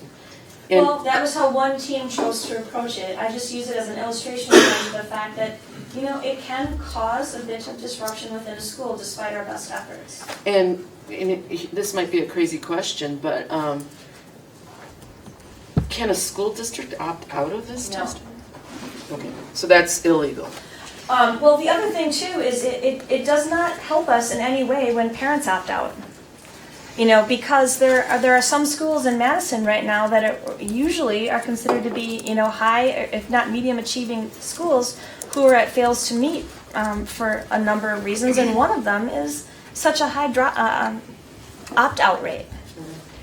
And I think my point is that we're very fortunate to be in this particular district because we do balance the educational component with the 90% as well as the test taking. We don't go nuts over the test taking because we have a balanced view of the assessment of our students. Yeah. So thank you. We certainly work hard to, and that's based on, the direction of the board for many years now, and that is that we measure competency, but we also measure culture, character, and community. Leslie, what's interim assessment? That would be benchmark assessments, like our STAR assessments, that sort of thing. Would that be like unit assessments? It could be, yeah. Although, I also have a hard time with the idea that, to me, even unit should be formative, because when is learning ever done? We should, right, so.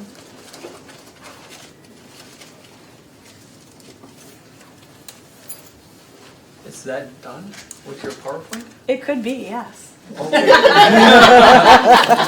Well, but, and just to kind of jump on the last point, the conversation that we had tonight was the same conversation we were having in 2001 and 2002 when No Child Left Behind came, and they advented, the notion that we could really measure success by a point-in-time standardized test, and we reacted really negatively as a district to that. So the 4 papers that have been generated since then have all been with a common theme that we don't ascribe to the notion that a point-in-time standardized test measures success, and if we want to get out from underneath that, we need to define what success is by our own district and then publicize it and make sure people know how we do that. And then the ultimate measure then is really when our students leave us, are they ready? Have they met our definition of success? And I guess that segues into Mr. Kleiner's, because that's really where you guys are at, is knowing that we have an accountability system that is different than what the state is publishing in terms of their report cards. What are we going to have to make sure that we are measuring success as we define it? So you need a little bit of time to set up, I'm thinking. So. Is there any possibility that we might look forward to a time when things like music and art would also be considered something to be part of the... Do I think that we will have external measurements of those things? No, I do not. Do I think that they are a part of how we look at ourselves and our success with kids? Absolutely. They're not value added. Not right now. Mr. President, just a few comments. I heard today from our administrator that these report cards aren't really all that helpful. There's a couple of places in there where it points out things that we already knew. I think it's dangerous for us to spend too much time as a board focusing on this because it gives credibility or too much weight to something that this board has often and repeatedly and consistently said is not important, which is standardized testing. I would prefer to have this put out in an email from the superintendent and say, for your information, here it is. I don't think we need to have a public forum to talk about this because I don't think it's that important.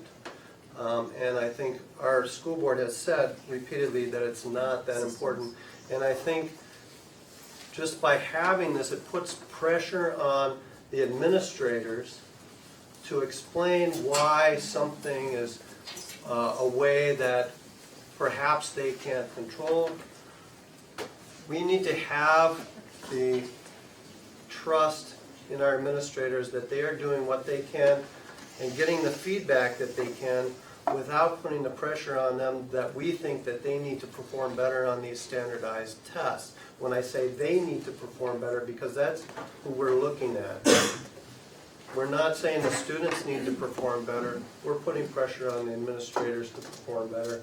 And I think they've got enough pressure as it is without having to worry about these standardized tests and the results therefrom. Having said that, I do realize that this is something that our school district is measured against other school districts, and I like the idea about putting out our own standards out there and making it public. Of course, it's difficult to get the same traction as a statewide standardized test, but if many people in Dane County, like in some Madison schools where they're opting out, they're showing that the parents don't believe in these standardized tests, and they're saying to their schools, we're going to wreck your standardized test scores because we think that you should be pushing back, or we just don't care about this in our schools. We want you to concentrate on something else. I want to give that same message to our administrators. Great job in getting all this participation in the standardized tests. I think we did really well. But since, having said that, keep on doing the good work. You know where the gaps are. Keep working on the gaps. And the standardized test scores, if we have to take them, they will follow. If we do the right things, the scores will follow. Please, please don't take our focus on this for a little while tonight to say that we think that you need to spend more time teaching to the test. Please, please don't do that. Dan, I don't know if you're criticizing the fact that we had this on the agenda tonight, but I can assure you, if that's what you intended, that Brian and I talked about that and felt it was worthwhile just to explain, because it was in the paper, because we haven't talked about this for a while. It was important to understand the methodology, what the numbers were in, and to just kind of re-emphasize, the faults and flaws of it and how we actually use it, and to re-emphasize that that's nothing that we drive off of. And I think that was the point of Leslie's last two slides, and that's the reason we joined it with Jim's presentation, because I think it's going to take that one more step forward to show that we're not being guided by the standardized tests, and we don't teach the tests, nor do we assess solely by the tests. So the minimum response that DPI requires is that we post the scores on our website.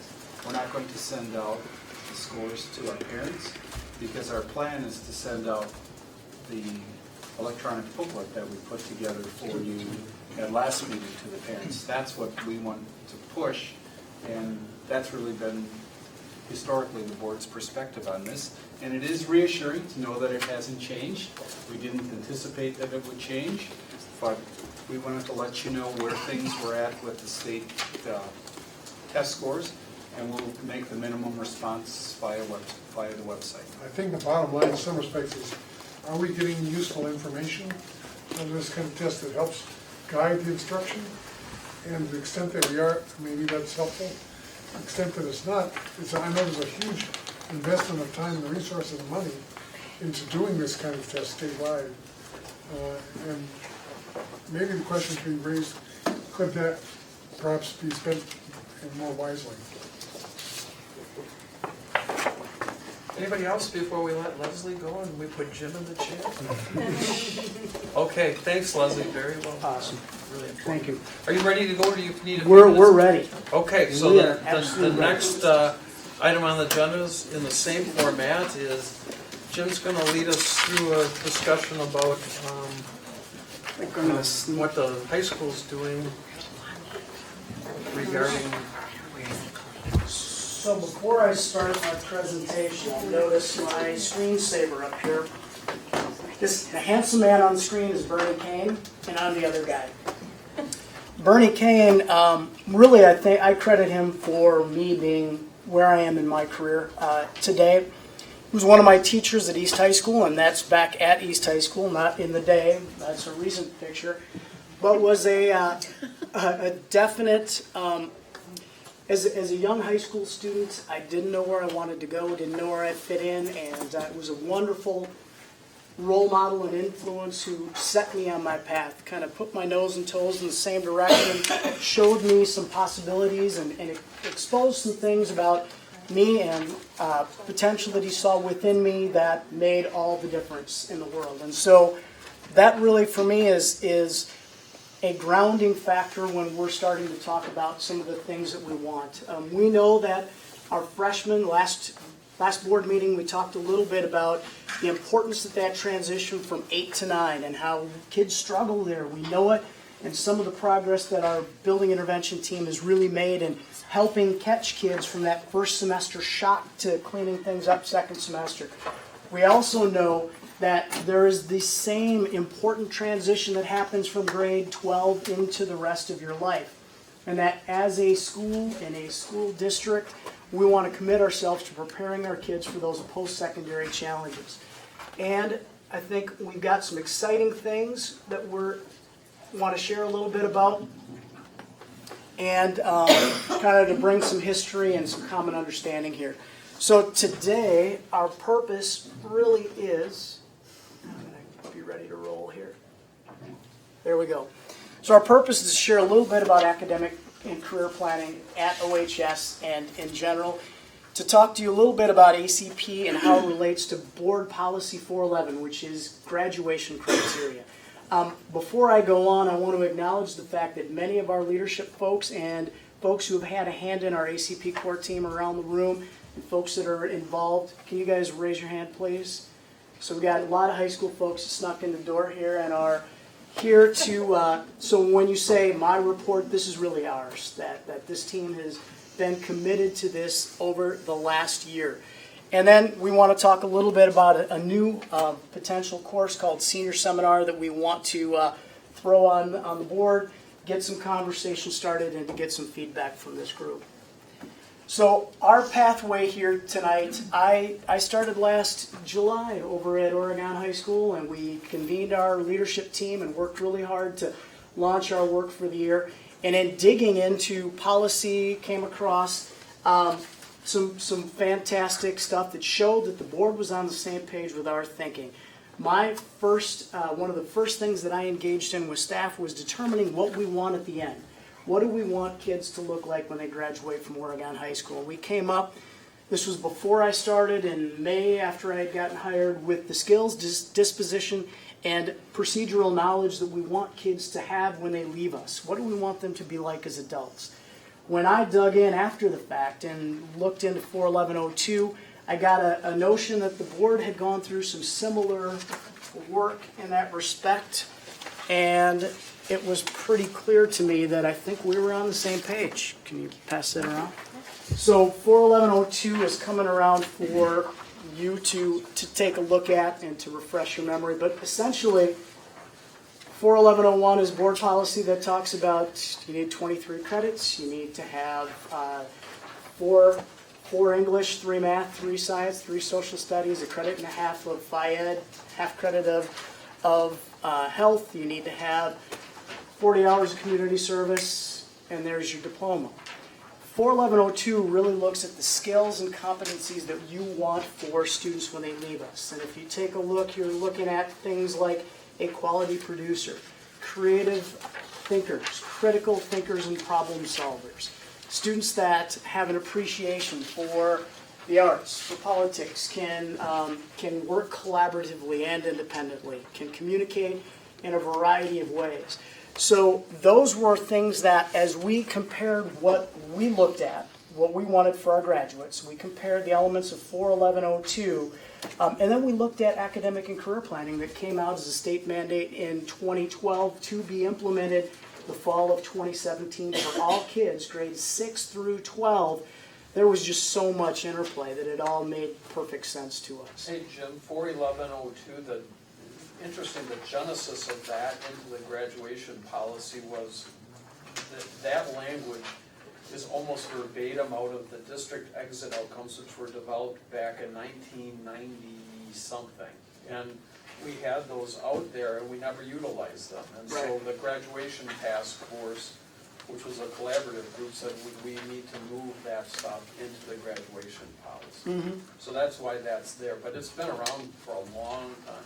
So in the last year, and I know Brian has given me, I think he told me about 20 minutes, and I'm already spending my budget. And the folks on my, We're just gonna shoot for 8, okay, and have a conversation. folks on my team know that when I get going, we talk about time, budget, and You have so. till 8. Okay, fantastic.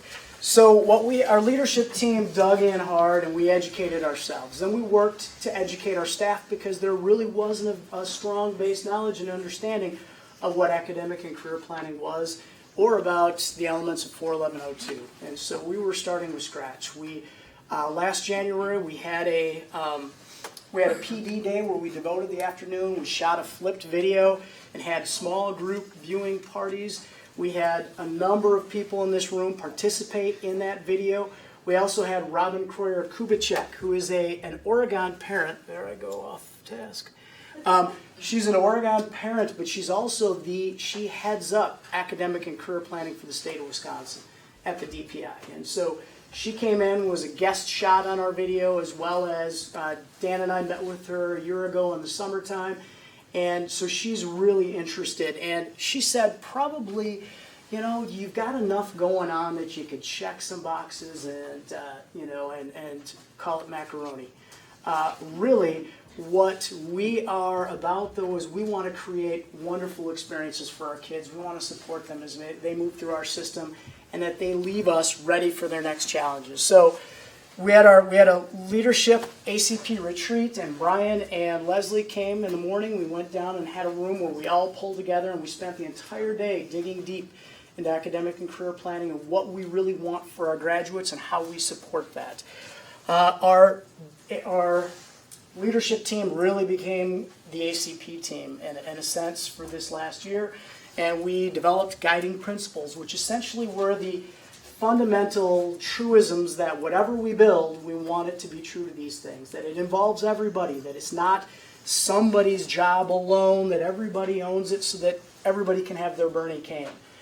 It's also about providing student-driven opportunities from them to develop as reflecting on their own strengths, abilities, and skills and their own pathway, and then that we help guide them along that way.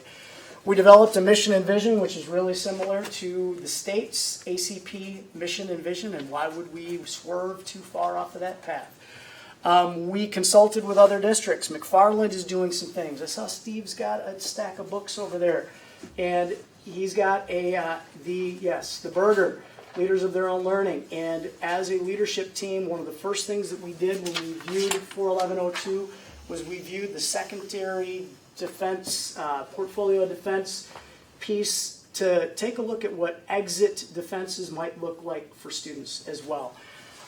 We worked through, we looked at who the leaders are in this work, and we saw some fantastic things out of McFarland since '03. New Berlin is doing some terrific things and have really gone all in, and they've got some artifacts that are really compelling to our group. Whitewater, everybody says, look at Whitewater, and when we looked at Whitewater, we were incredibly impressed, and we worked with some of their counselors in discussing kind of the background, how you pulling this off. And then through my Badger Conference Principals Network, we kind of surveyed who's got what's it look like, what's working, and what are you working on, and what are you struggling with. We've had faculty meetings, department chair meetings with elements of ACP. And then one of the things we're also really excited about that Sue will talk about a little bit later is our ACP course selection guide. That is something that will be on the way.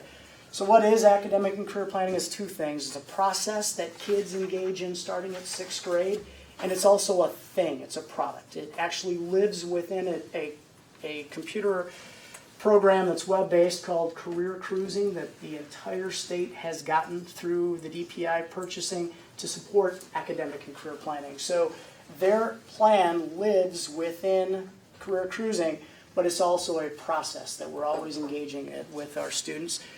You know, one of the key things, one of our mantras is it's student-driven, adult-supported.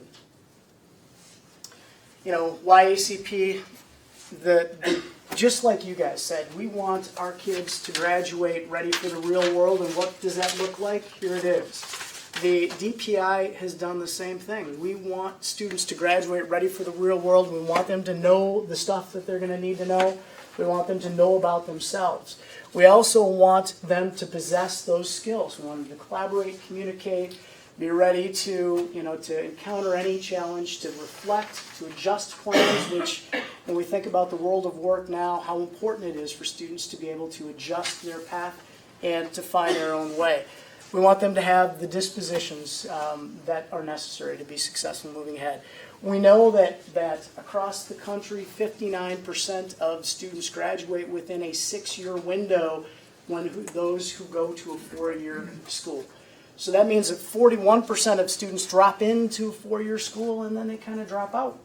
And the big issue there is you're leaving without a credential and you're leaving with student debt. And we want to reduce debt and we want to increase our student success rate, whether it is at a 4-year school, a 2-year program, post-secondary training. Greg and I spend a lot of time together, and there are many pathways that don't require a 4-year degree. However, most everything that our kids are really aspiring towards requires some post-high school training. And so we need to help kids identify their passions.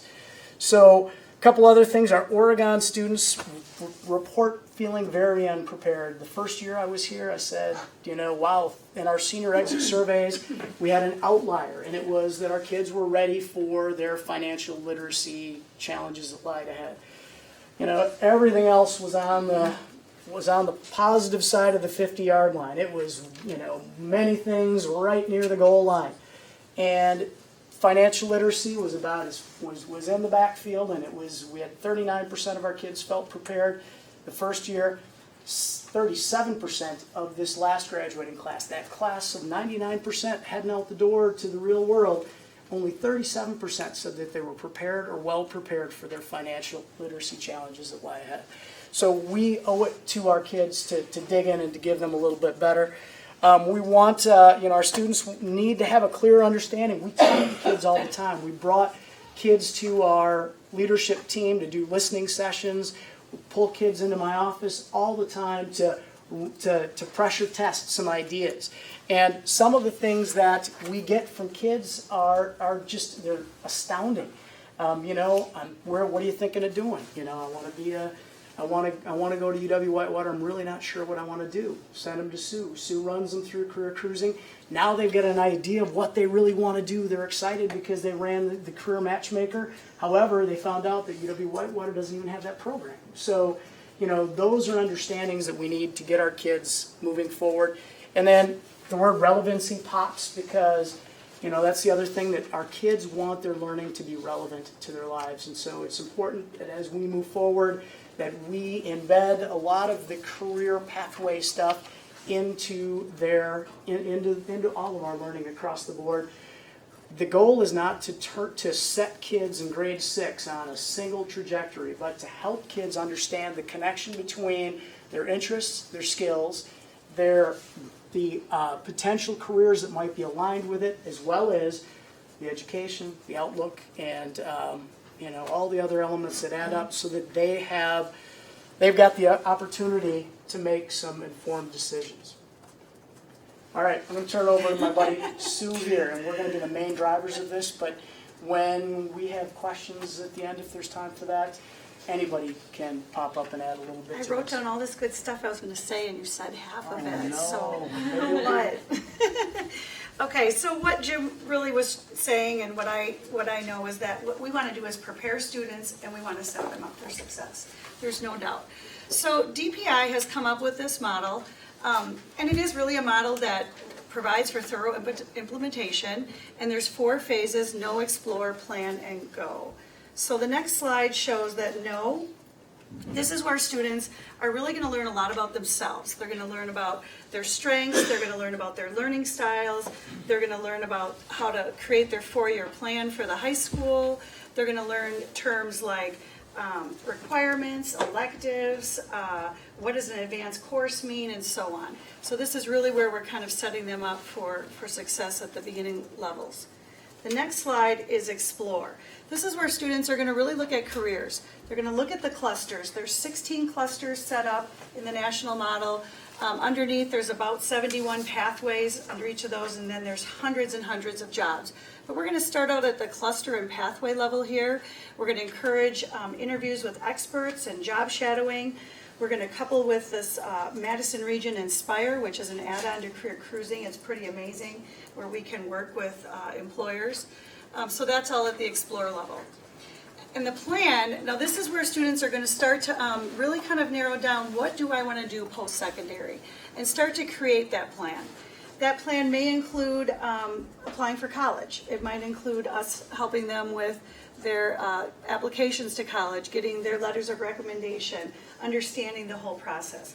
It would include resumes and how to prepare for that job, how to write the cover letter, the thank you letter, and so on. So this is where interviews and all of that and financial literacy comes in, and understanding what is the financial plan moving forward for my post-secondary success. So that's all in the plan portion. And then go. This is where they have their plan. Let's start executing the plan, and let's be comfortable making changes to the plan. Not only do they have these plans they've been creating, but we have to set them up for making changes, because we all know that life is kind of a crooked path. So they have to understand how to make those changes moving forward.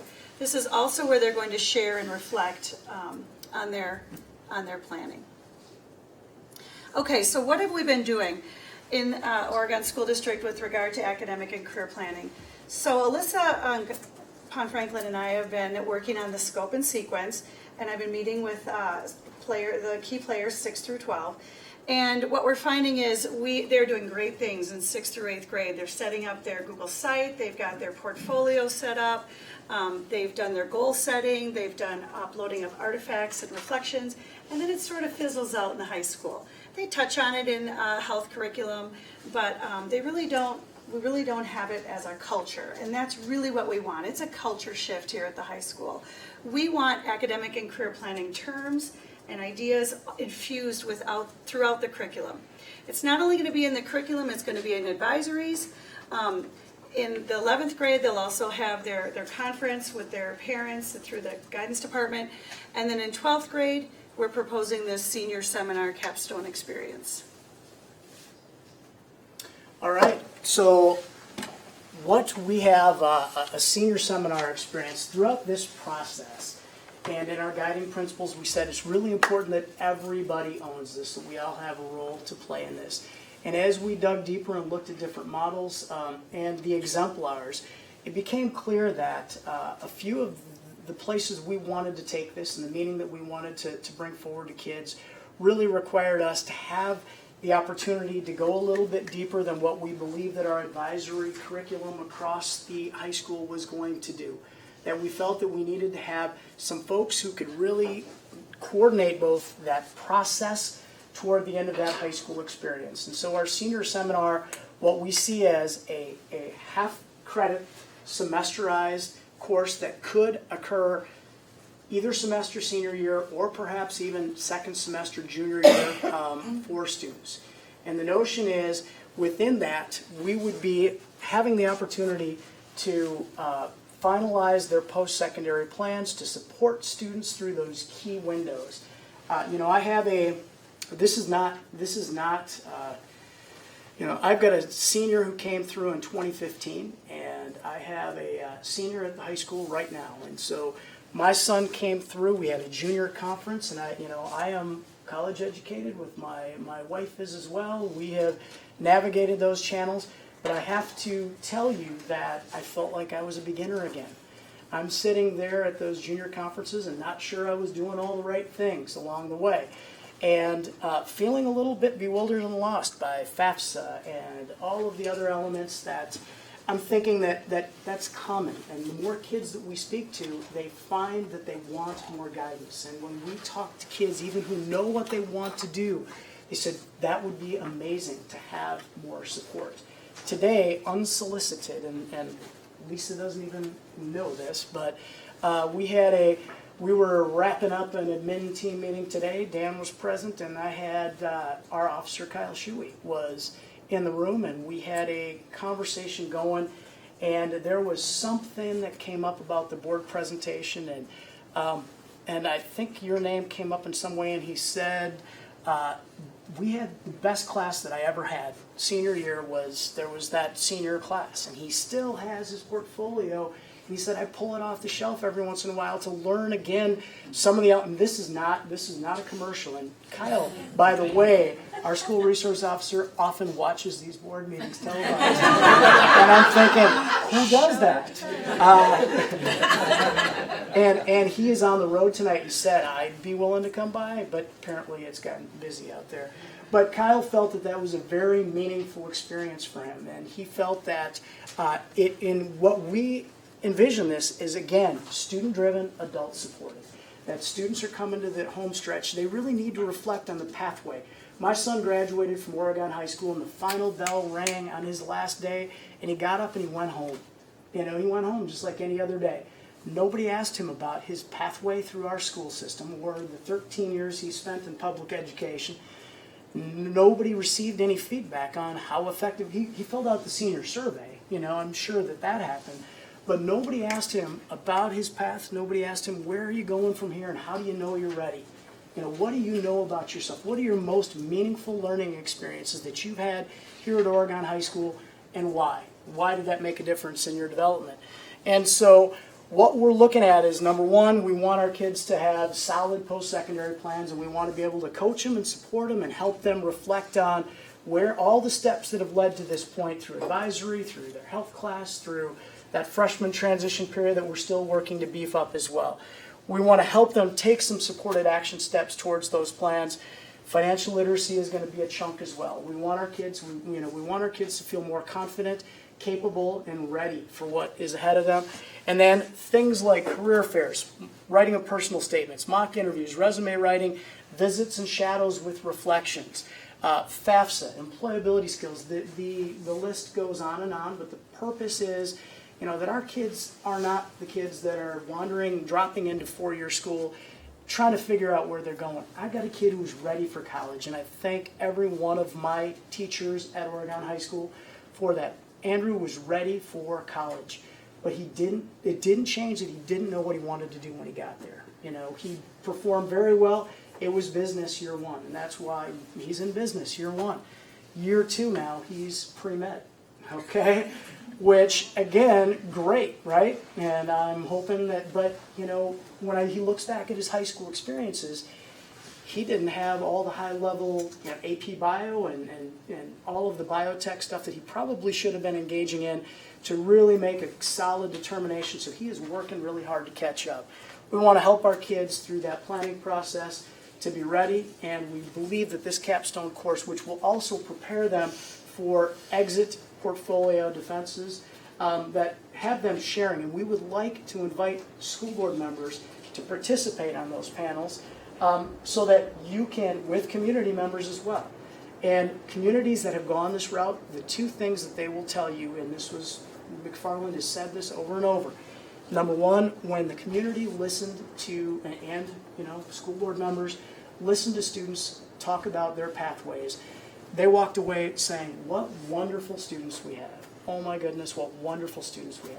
Second thing they tell us is they said the same thing about the staff that works with those students. So they said, what amazing things our staff are doing for students. And so, we want to create that opportunity for our kids, and that will be kind of the culminating piece where students will be able to develop and support their own, to demonstrate their readiness for their next level of learning, and to show that they have satisfied the elements of 41102 when they're developing into quality producers, communicators, critical thinkers, problem solvers, ready for the world. Okay? Career cruising, you or me? Who's up? All right. So, career cruising, as Jim said, the state was going between career cruising and WISC careers. We've been using WISC careers for many years. They chose career cruising. We're switching over. And the students that have used both find this much easier to navigate, and it really is a more robust program. So, you mentioned the other schools, that the community and the teachers, it's the kids too that said, wow, this whole process really taught me a lot. We had a pilot program at the high school where we had some kids go through the career cruising experience, and in green there, I don't know if you can read it, but there was an exit questionnaire about how did this experience work for you, and almost every single student response was, wow. It either got me thinking about what I didn't know existed, or I thought I knew what I wanted, but now I've got other things that I never even thought about. So it kind of opened their eyes to both sides of that. And here's a couple of more. Career cruising made me think outside of the path. It made me realize other interests and abilities that I have that can pertain to other jobs as well, and that's very helpful to know. So there's just a lot of really good stuff to be said about career cruising. With regard to this portfolio that Jim was talking about that we want students to create, it would be housed within career cruising. It's a one-stop shop. So everything that they're every cluster they search, every school they search, every career they search, you can save it all within career cruising. You can upload your artifacts, you can upload your reflections, it's all, and you can take it with you. You can share it with employers, which is really cool. You can share it with schools. And it's yours to keep. So it's all going to be within career cruising. Another piece of academic and career planning is the course selection guide. So maybe when you went through high school, you're familiar with our course guide. It lists all the classes and their requirements and their description. That's still going to be in there. But now we're including a component on academic and career planning. We want this to be a common language. We want this to be a mindset. So the clusters are going to be included within the academic and career planning guide. And the clusters, there's 16 of them. We've listed possible classes that would reach the careers within that cluster. I don't know if you want me to hand this out or not. We probably don't have time for that. Well, we can. What we'll do is we'll we'll pass out as we're going. Sue and Alyssa have spent a lot of time and working with teachers within the building, as well as following kind of the state and national models here, and have aligned all of our courses into each of the clusters. And I just printed 2 of them. Okay. Yeah, I picked agriculture, food, and natural resources, and also information technology. So each cluster not only lists class that would perhaps match with pathways in that cluster, but we've also got other learning opportunities, school to careers, student organizations, and career exploration. So it really is the whole child that we're trying to help feel confident, and with that confidence just makes it create a great plan. And the cover, so we'll have 2 elements. We'll have a traditional curriculum guide arranged by departments. We'll also have 16 pages that lead in that help students see the connection between career clusters and course selection. You can use the way you always have. You can dabble through career clusters and align your course selection that way as well. And we state it right up front to our students. It's going to be listed in here that this is not an intention on getting you to narrow your focus and to cast away the wonderful array of electives that cause breadth in your education. We know that that's one of the number one things that our seniors really appreciate is the opportunity to take a wide variety of electives. So it is just another bit of information that students who need some more support and guidance will find useful. Yeah, and I want to mention too, when we talk about all of this and we keep saying career and whatnot, I mean, these careers, they range everything from a beekeeper to an astrophysicist. I mean, there is every career within there, every sort of college preparation or not. It's not like it's just for the college bound. They also have military within career cruising. I mean, it just has it all for every. I guess one of the things that I've noticed that kind of goes into the background of these career clusters as well is that going through my first registration process within this district this year and looking at the students that were coming in and trying to pick electives and trying to pick those extra classes that they had room for, or debating between 2 science classes, a lot of students said, I have no idea. And then they would pick one class, and then a couple days into the class, all of a sudden they were going, this is not what I signed up for, this is not what I thought it was going to be. And so the idea behind this is also helping them make more informed decisions about the options that are available to them. And so being able to look and say, okay, I might be interested in something in the medical field. Maybe I'll pick an elective that's somewhat related so that I can see if there's an aspect about it that I really enjoy, or so that I can coordinate this extracurricular activity with one of my passions so that I can look and see how this potentially could be a career in my future. Like Sue said, it's not to, and I think Jim said, it's not to pigeonhole them into a specific career, because high school is that time for exploration. But I also have students and seniors that are coming to me saying that they have no ideas about what they could potentially do as a career, or even what they want to do after high school, whether it's a 2-year or 4-year program, military. They just don't have that preparation, and they just don't have those ideas. And so this is really to kind of help them get those juices flowing and understand the possibilities that are available to them. I'm glad you said that, because what we're hearing out of the state and what led to this program, the ACP, was a mindset that education ought to be about career, which is distinct from education should be about learning. My mindset is education should be about learning, and if that leads to a career, good, but not necessarily so. I really have taken umbrage with that message out of Madison, that we ought to gear education solely to career path. And that's the sole goal, because education ought to be about learning, in my view.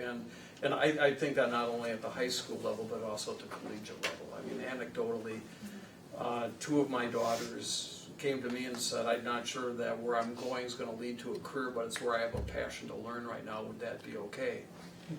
And I said, yeah, that's fine.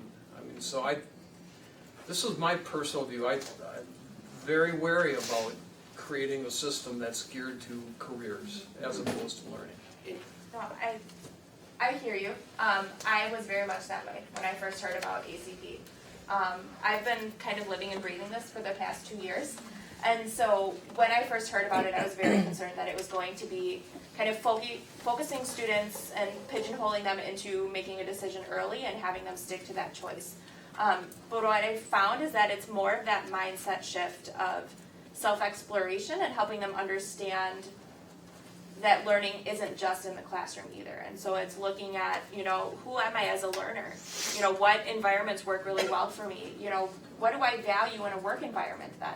And so that self-exploration that relates to then what careers relate to that, instead of just saying, I'm going to pick a career and research it. I found that, it's a lot more promising than I originally thought, because I was very concerned about the idea of forcing our students to make decisions before they have all those experiences, like the job shadows and the internships and, those different experiences that help them understand who they are as a person. And I'm very glad that you brought up the academic versus the career, because it's an integral aspect of it. And those who are academically inclined, or intellectually inclined, or even that's a weird thing to say, but I'm just thankful that you brought that up, Steve, because And it's more of a liberal. I A liberal I arts. went to a liberal arts. So did I.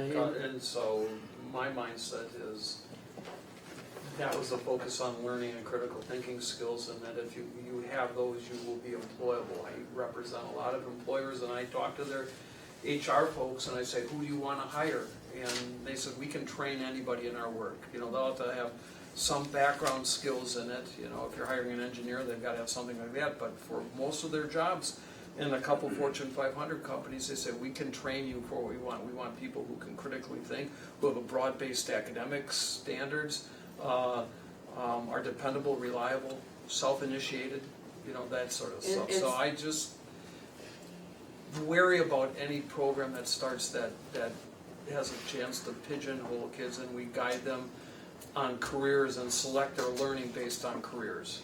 And in allowing for that flexibility, I think it's really important, because what you may think when you're 15 might be totally different when you're 18. Pro baseball player. But, well, yeah, and I've been there. I mean, not pro baseball, but dreams. But at the same time, that I find it very interesting that corporations, and what you just said again, Steve, is that employers want that critical thinking thing, and this has been something that's been going on for years and years and years, and the super specific, there's, you know, in the 80s, it developed into being very specified of what your career thing, and I think that liberal arts or broad-based or holistic learning style is very, very important for a lot of things, and thanks for bringing that up. We'll stack it. I've got Charlie and then Mike. Yeah, this is, we're more informal tonight Yeah, than a regular board So meeting. Charlie and I Mike. Just go I've ahead. been very struck by the importance sometimes and the impact of some of the co-curricular or extracurricular activities in terms of what kids decide to do. In my own family, personal experience, my kids were all involved with theater. Yep. And Jen changed her major her sophomore year from pre-law to dramatic literature and stage history. And that's ended up being her career. She's now an artistic director for theater. I'm just thinking, from my experience to working with kids, particularly in that area, I was struck. We took kids on tour of the choir, and on one occasion on the gym floor at Millikan University, Dan Barrowley said, you know, theater and music are the only places where I've begun to learn what it means to be human. And I thought, that's such an important, fundamental part of what education, and I've seen the kids who got involved, in particular in theater, who develop poise and confidence, and the teamwork and the ability, and those, whether you go on in theater or other things, are tremendously valuable skills. And I'm just sort of thinking how we might also give some weight to encouraging that kind of involvement that'll help kids develop those kind of aptitudes, those kind of skills that'll serve them well in anything they choose to do. Mike, and when Mike was waiting. I just think this is a great program because I think, you know, as somebody that's worked with college students for most of my career and working with them in the academic world of, I don't know what I'm going to do as a sophomore, this at least exposes kids to thinking about what they're going to do. It's not pigeonholing, it's having them think, because I would work in the School of Business or in the School of Nursing where kids would be sophomores and say, what do I do now? This isn't what I want to do. So it is critical thinking, but it's exposing kids to a different way of thinking about what they want to do instead of getting to be 22 and saying, now what? So I think this is one of the greatest things we can do as far as preparing students for after school, whether it's career or academic. It's exposing kids to making critical decisions about what they like, what they're good at, and what they might want to do. I have a couple of questions. Is that okay to proceed with, or? I think so. I think we might have a slide or two. He left, but that's okay. We're at your. What do you envision a capstone portfolio to look like? So the elements, you know, the details are still fleshing out. When we've seen some models that were aligned to core courses, artifacts from core courses, artifacts from elective courses. That's not something that I believe that we would strive to be. What we're looking at is something that is more competency based. And there are, for example, we had a student who was, her most substantial high school experience probably emanated out of, you know, a tornado of all kinds of courses that led her to a DECA experience where she presented, you know, at the National DECA Conference and won a gold medal and was the, you know, it was an amazing thing for her, and she had a purpose that, you know, would have clearly illustrated her passion about learning, her ability to communicate and problem solve at an extremely high level.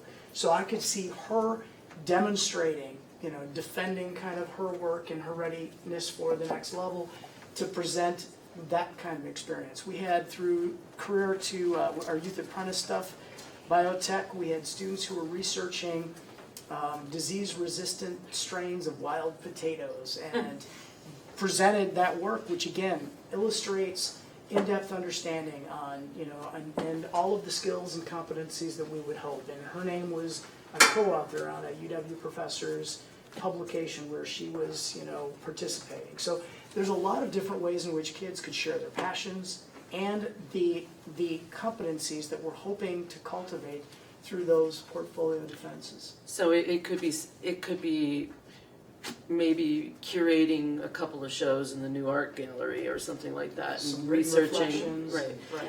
Right. And then my second question is, how does, wait a minute. With this is wonderful, but how are you going to approach, like, the student who has AODA or mental health issues, and how, I mean, I see the potential for this being a salvation type of thing, but how, is this something too that it has to be a detail worked out down the road?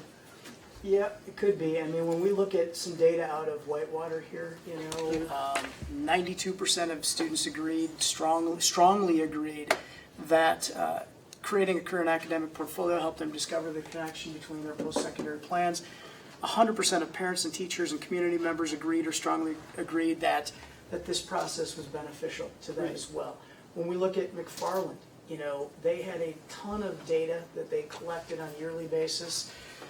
On a 5-point Likert scale, 5 to high, they only had 2 1s, 1 2, 76 5s, 57 4s, and every response to every question. So the question is this something that engages or disengages kids? Or is there something that impedes a child to become engaged, which sometimes you have to take care of that impediment in order to engage too? It's true. I mean, one of the things that's key is student being able to use and exercise their voice and to share their thinking. And in many, this is an opportunity for us to get feedback as well on how we serve kids.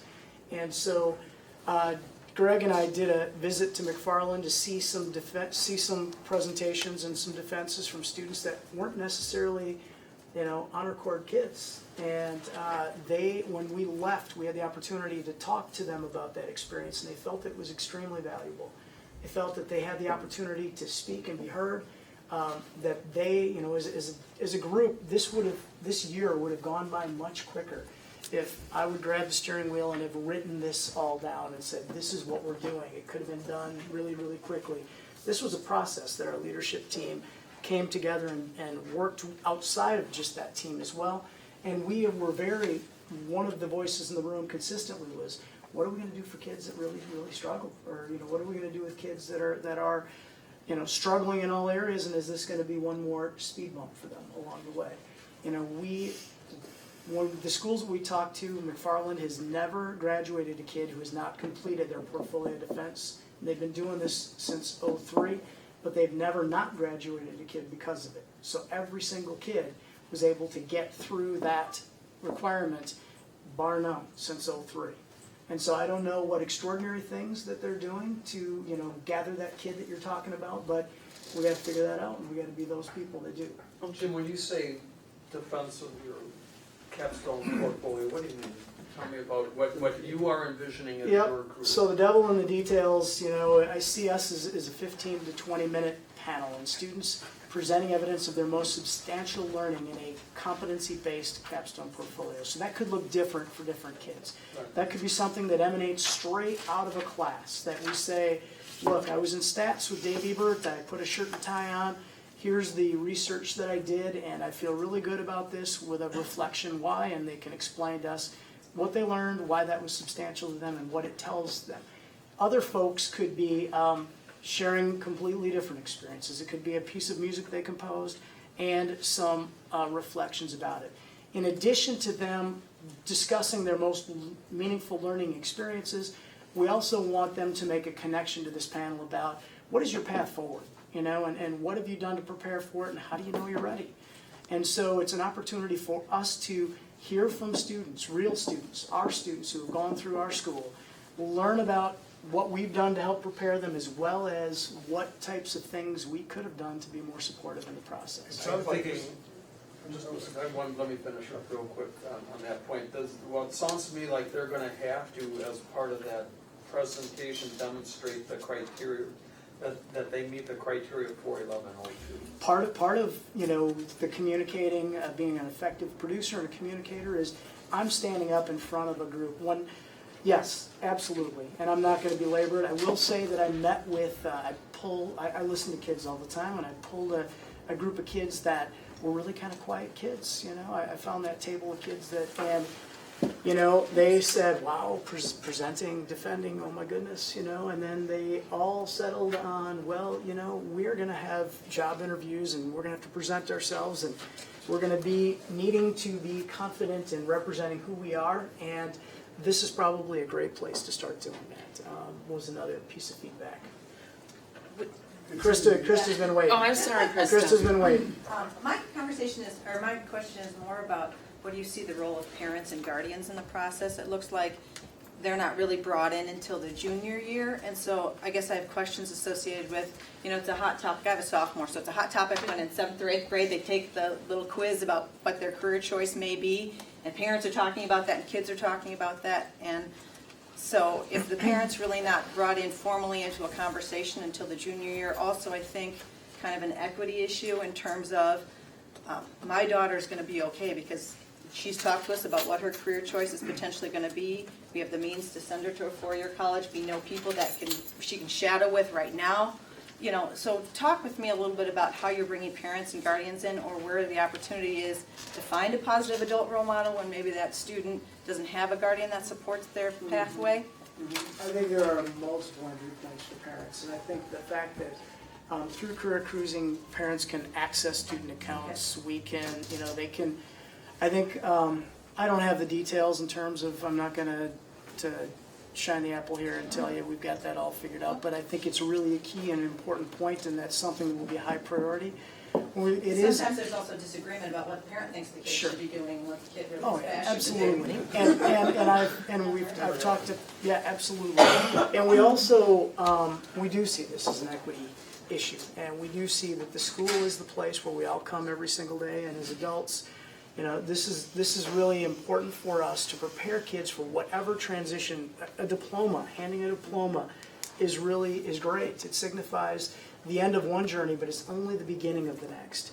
And I think that we need to embrace the fact that that's part of our charge too, is to make sure that our kids know where they're headed and that they really are prepared for that. And the family has time to prepare for whatever that. Well, just to jump on that, with the graduation task force conversation, one of the options that was discussed with the parents was starting the planning early. We were talking about 7th and 8th grade in terms of creating the pathway, the passage pathway through, and including, you know, you'd have a little team that would be working with each student, that would include a parent or a guardian, would include a teacher, advisors. It might include somebody from the community as early as that point in time, and having that person walk through the high school career with that. And is there an opportunity in OMS to engage that? Yeah, and I'm just saying that was one thing that was discussed early on.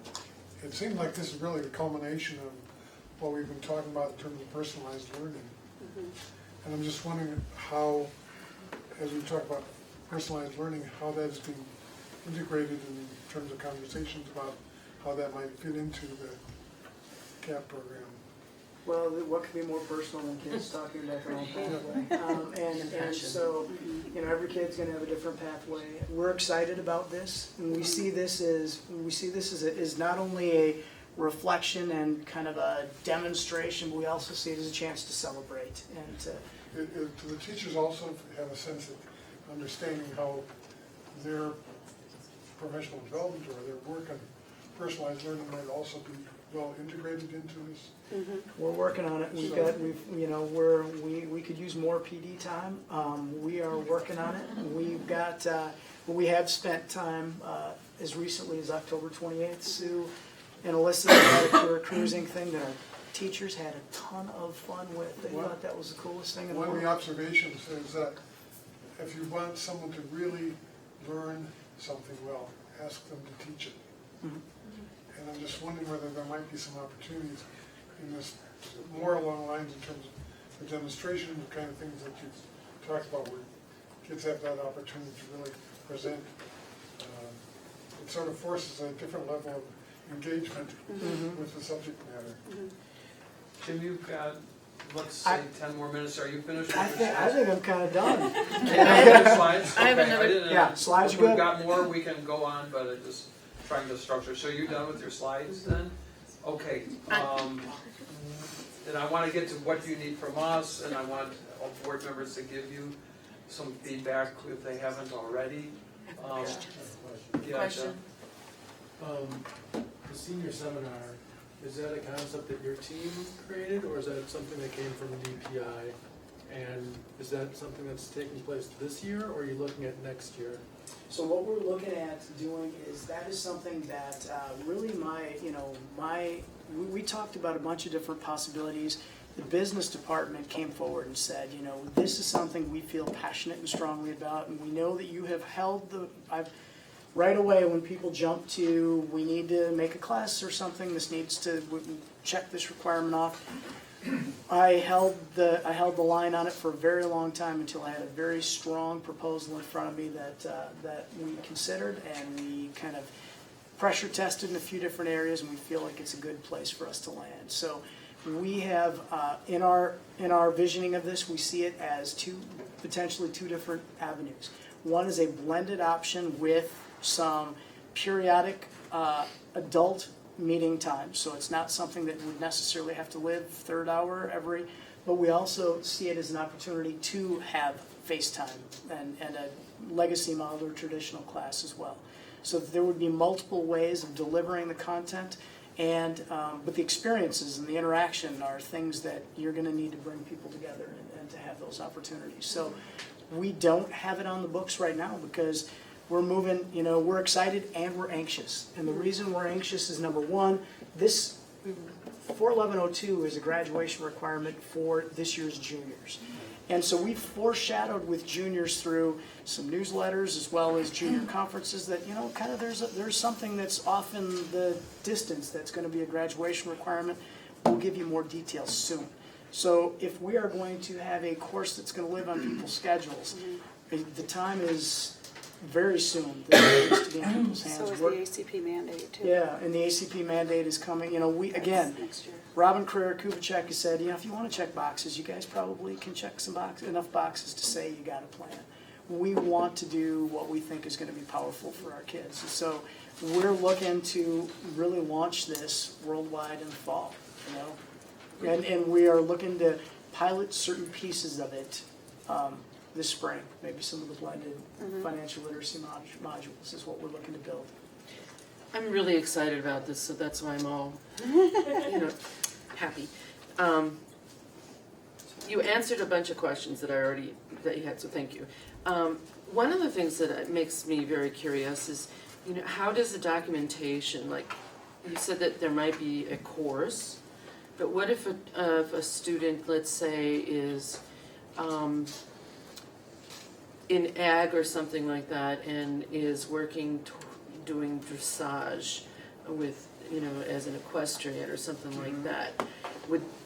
They want to have their capstone and be a teacher to younger people and getting them, I'm just pulling this off the top of my head. How will the documentation be? So, and how many hours might that entail?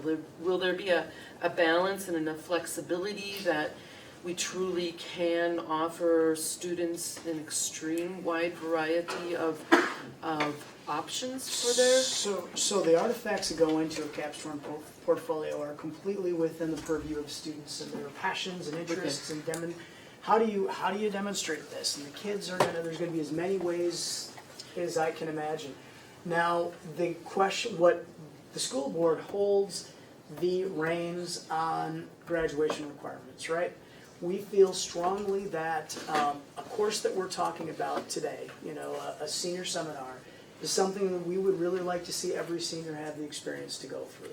And so with that, one of my feelings is I'm going to need to visit policy committee and to really soon, and to get to put a proposal in front of folks to. So I guess what I'm hearing is that.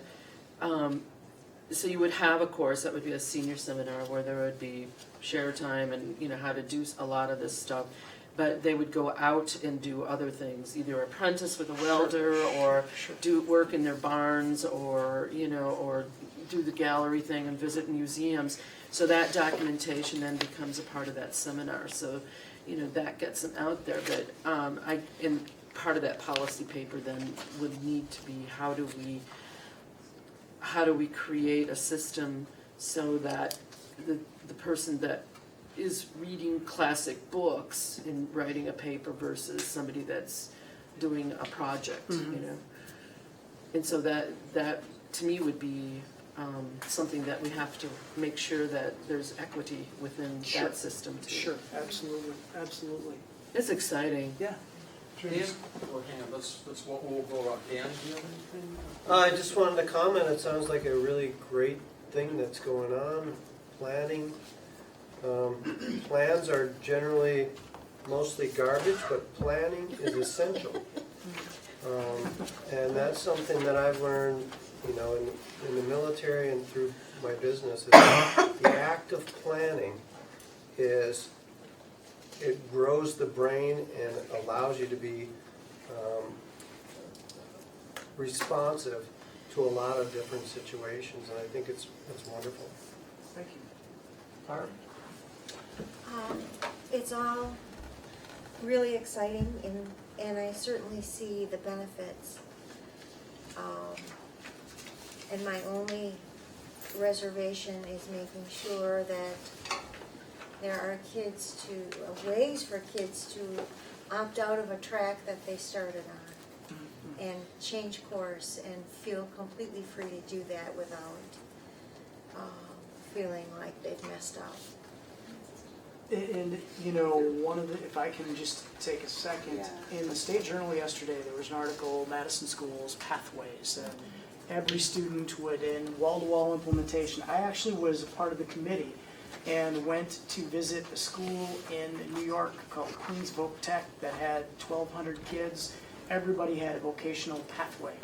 That is not where we're headed. That's not where we're headed. So this is really wide open, and students connecting their plans and their understanding of themselves with their understanding of the world that lives outside of our four walls and how this all makes sense. And so if you read that article, that's not our direction. We do have pathways that are naturally existing, and Greg would be the guy if you want a presentation on that. He can take the next half an hour. However, I'm fairly sure that that's not our vision right now, that every kid has a track or a pathway. No. Jim, success in life is often a function not just of career choices, but also developing skills in terms of collaboration, cooperation, teamwork, things that really, you know, are very important in terms of effectiveness in a whole range of careers. And I'm just wondering, as kids are contemplating what careers forward they might want to pursue, is there also opportunity there for them to work collaboratively in groups, perhaps with students of a similar interest, to develop the kind of collaborative, cooperative skills that are so critical for success in life? Absolutely, yes.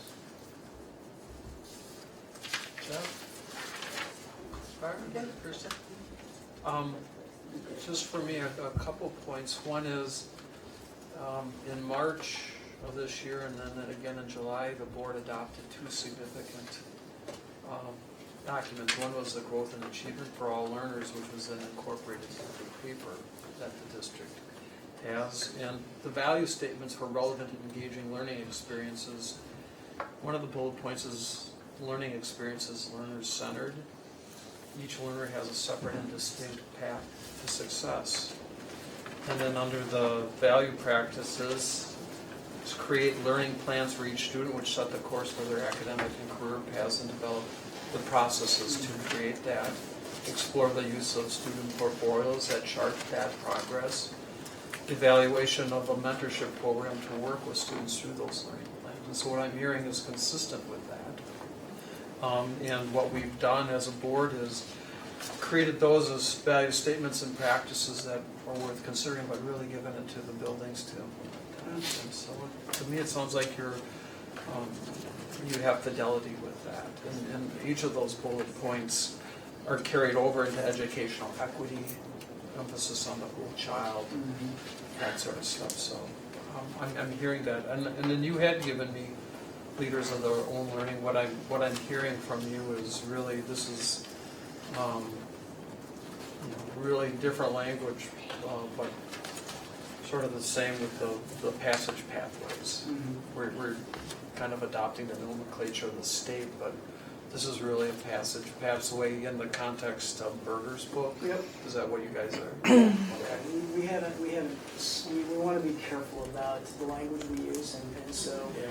there are times when I'm being precise and times when I let leadership team know, don't pay any attention to the words that come out of my mouth right now. The meaning matters. Right now, we're going to hone in on the meaning associated with. You know, I know several of us have read Berger's book and really liked the passage pathway point, and it felt true to us in terms of what we had been discussing for a number of years. So if that's a path you're following, that too has fidelity with what we talked about over the years. And then the last thing is I did notice, I saw that, and the importance of this is making sure that we communicate as we move forward and let people know where we're at, so we don't end up in a situation where it's a surprise to people. So those are my only comments. Staff in place to make it happen. Yeah. Additions. Right. Yep. So as you move forward, if you would communicate with Brian about the appropriate path to the board through this, whether it's through policy or visioning, but you do have from the board the green light in light of our recent paper to implement that pathway through and bring it to us in terms of how you best see implemented. One of the things that we're concerned about was creating silos between buildings and stuff, so it was encouraging to hear that you're reaching down, because we do feel that this is something that just isn't a 9-12 process, but it starts much earlier. I know Brian and I have a meeting on our calendar this week, and we'll bring some stuff for him to consider and to give us direction. Great, thank you. Board members, anything else that we need to talk about now? We've got it covered. Good, 8:05. I want to, not that time is a determinant, but, we're really, but thanks to all of you who've come to present and have been part of this with Jim and the team. I'd like to just really share the thanks for all the people who are here and folks that had other things tonight and wanted to be here but couldn't, but this has really been a team approach, and it is, it's been a journey. So the planning has been key. Yeah, and it really does tie in with what Leslie had presented earlier in the philosophy of this district, that we measure where we're at much broader than a point in time, and this whole process does that, so. Great, thank you. Thank you. We've got a few remaining items on our agenda, board members. One being the superintendent's report. Brian? I will be real quick, and I'll move things around. I only have 4 or 5 items, but I am not at all surprised at the board's support for the high school leadership team and for Jim's report tonight. I assured him that would happen, so thank you for making that happen. I'm really excited about the direction that the high school leadership team and Jim and his team of administrators are moving with this project. Item number 2, our board tour. Our board construction tour is set. Janie sent out an email, but just in case you didn't open it yet, it is Wednesday, November 30th, 4:30 p.m. at OHS Spindorf Trailer. So if you bring your helmet, great. If you don't bring your helmet, don't worry about it. Spindorf has plenty. Wanted to say a special thank you to Gina and to Andy for their work on the teacher compensation plan to get us to a point where we are tonight. And I heard a couple of comments from board members about engagement and transparency and stakeholder voice. We also heard that from the OEA, and I think Gina and Andy have done just a terrific job with that. They met a couple of times with different OEA groups and met just before tonight's meeting. So you should be able to walk out of tonight's board meeting and feel like we are in a really good spot moving forward. And I know Leslie is going to follow a model that her and I have talked about for some time in terms of the professional development and involving interested parties from the OEA, interested members in planning those sequences, because we know the best adult learning happens when there's ownership and support for the adult and planning for the adult learning. So you should feel really super about that. Steve and I have been working on in a January 2017 newsletter, and it's going to be an update on school construction, and we're also going to have a few other items that we place in it since we get an opportunity to mailbox drop to about 10,000 residents. We'll have some information about the board paper, our recent November referendum, and in the spirit of continuing to market our district on our high school graduation rate. So we will keep you posted on that, and I'm meeting with Kristen Mills now. That's the individual, I think all of you know Kristen. You might see her on Wednesday night too. She's going to help us with that newsletter. Our Go Global kids from the high school returned from a European trip this last week, and everyone is safely home. And I know they had a lot of learning, but I'm old-fashioned. I'm always worried about them getting safely home, and they are safely back. And then lastly, this might be a checkout item, but the Friends of Oregon School District have done just an incredibly awesome job on an important project, and I want you all to know about it, and we should be sharing it with everyone.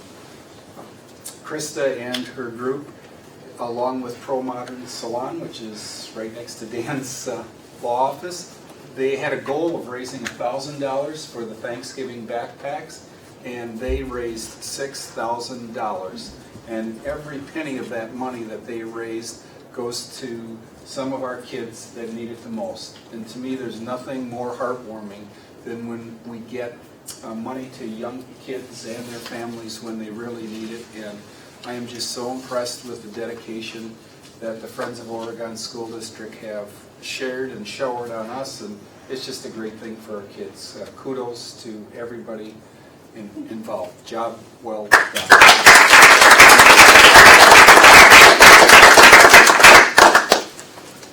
That's it. All right, December 12th agenda. I think you should have it got passed around to make it way over to you. Looks like, Brian, we're going to do we've got a contract for a school to career, which is a annual thing, or is that new? No, that's an annual thing. Yeah. We've been sitting on it, we've had it for a while, and then Andy's annual audit and fund balance report, really the board approval is you accept it. Yeah. You don't really approve it because it's someone else's report. And then that will be the evening that we do board feedback on their student achievement reports. So if you've got questions, shoot them to me. I know I've got some from Jeff. We can formulate those to the A team, or you can bring yours as well. We're not going to preclude you from asking a question. We can give you a better answer if we know about it ahead of time. So, and then we're going to the best answer. We're going to have an executive session that evening, which will continue our conversation that we do every year on the superintendent's evaluation. That was a good night to do that because we only have one meeting in December, so that will be it. Anything else anybody needs on the agenda or wants on the agenda for that evening? If you think of anything, let me know. All right, checkout. Gwen. Two things. I was approached by two young ladies at the high school, and I just want to make an announcement that on December 16th, they are sponsoring a paint night at the community,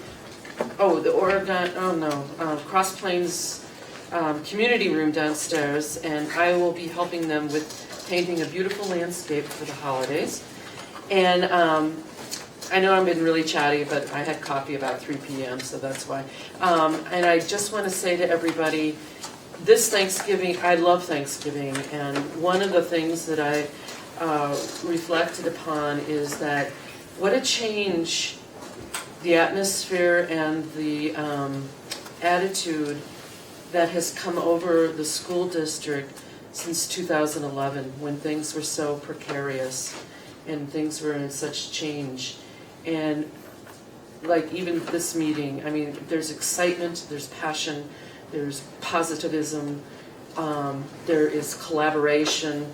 And for this, and to everybody in this room, and to all of the teachers throughout our schools, thank you so much. It's been a long haul, and here we are, and hang in there. I know as a former educator, we love that, education is such a good thing, and I'm so thankful that we have come so far in a short amount of time. Thank you, everybody, for your hard work. Dan. Steve, I don't have anything for the checkout, but I want to just ask, unless there's an objection, if I could ask Janie to note my abstention for the approval of the minutes of the previous meeting. Yeah, Because I wasn't there. Yep, absolutely. Thanks. Barb, Nothing to anything else? No? No, okay, Tessa. Charlie? Just a couple brief comments. I think there's obviously some real cause for some celebration. I think that's important with the passage of the referendum. Also, and this is the dollar, I think we're facing a real tough year ahead. Some of the changes that have occurred both in the state and some I think that we anticipate are likely to happen are going to create some challenges for us, I think, in terms of how education gets funded, issues regarding vouchers, the privatization of public education. I think it's going to be a real challenge, and I would encourage, or I guess invite, people to have some open conversations, dialogue, to share their concerns and their suggestions with members of the legislature. We're going to have a real impact on what kind of resources will be available going forward and what the policies will be with regard to support for public education. Jeff? Krista? Just want to thank Brian for mentioning Friends of Oregon School District, and I also want to thank the principals and their staff because they've been getting lots of emails from Chrissy and working with us to figure out systems for delivery of food packs and snacks, so we realize that's your time too, so thanks for your patience with us. Great. Two things from me. Charlie, I agree with you that it will be a year or two that we need as public school districts to explain our continued relevance, and I'm putting together some thoughts. I'll share them with you. Okay, I think maybe we can meet at the Firefly and talk about this and how we can express that. The second thing was I hope we have more of these type of sessions. They were a standard years ago, and we would get in a room and talk about high-level topics and how we proceed as collaborative, and this will hopefully be the norm. It's certainly something that I'm going to be focusing on, in the next 6 months to have more of these sessions. I might add, Tess and I had a conversation before the meeting about possibly taking some students up to the Capitol to talk with some legislators as well. Okay. All that being said, it's 8:15. Move to adjourn. Second. All in favor, signify by saying aye. Aye. Opposed? We are adjourned at 8:15. Thanks, Joe. Do I have It's pouring out there. Could you hear that?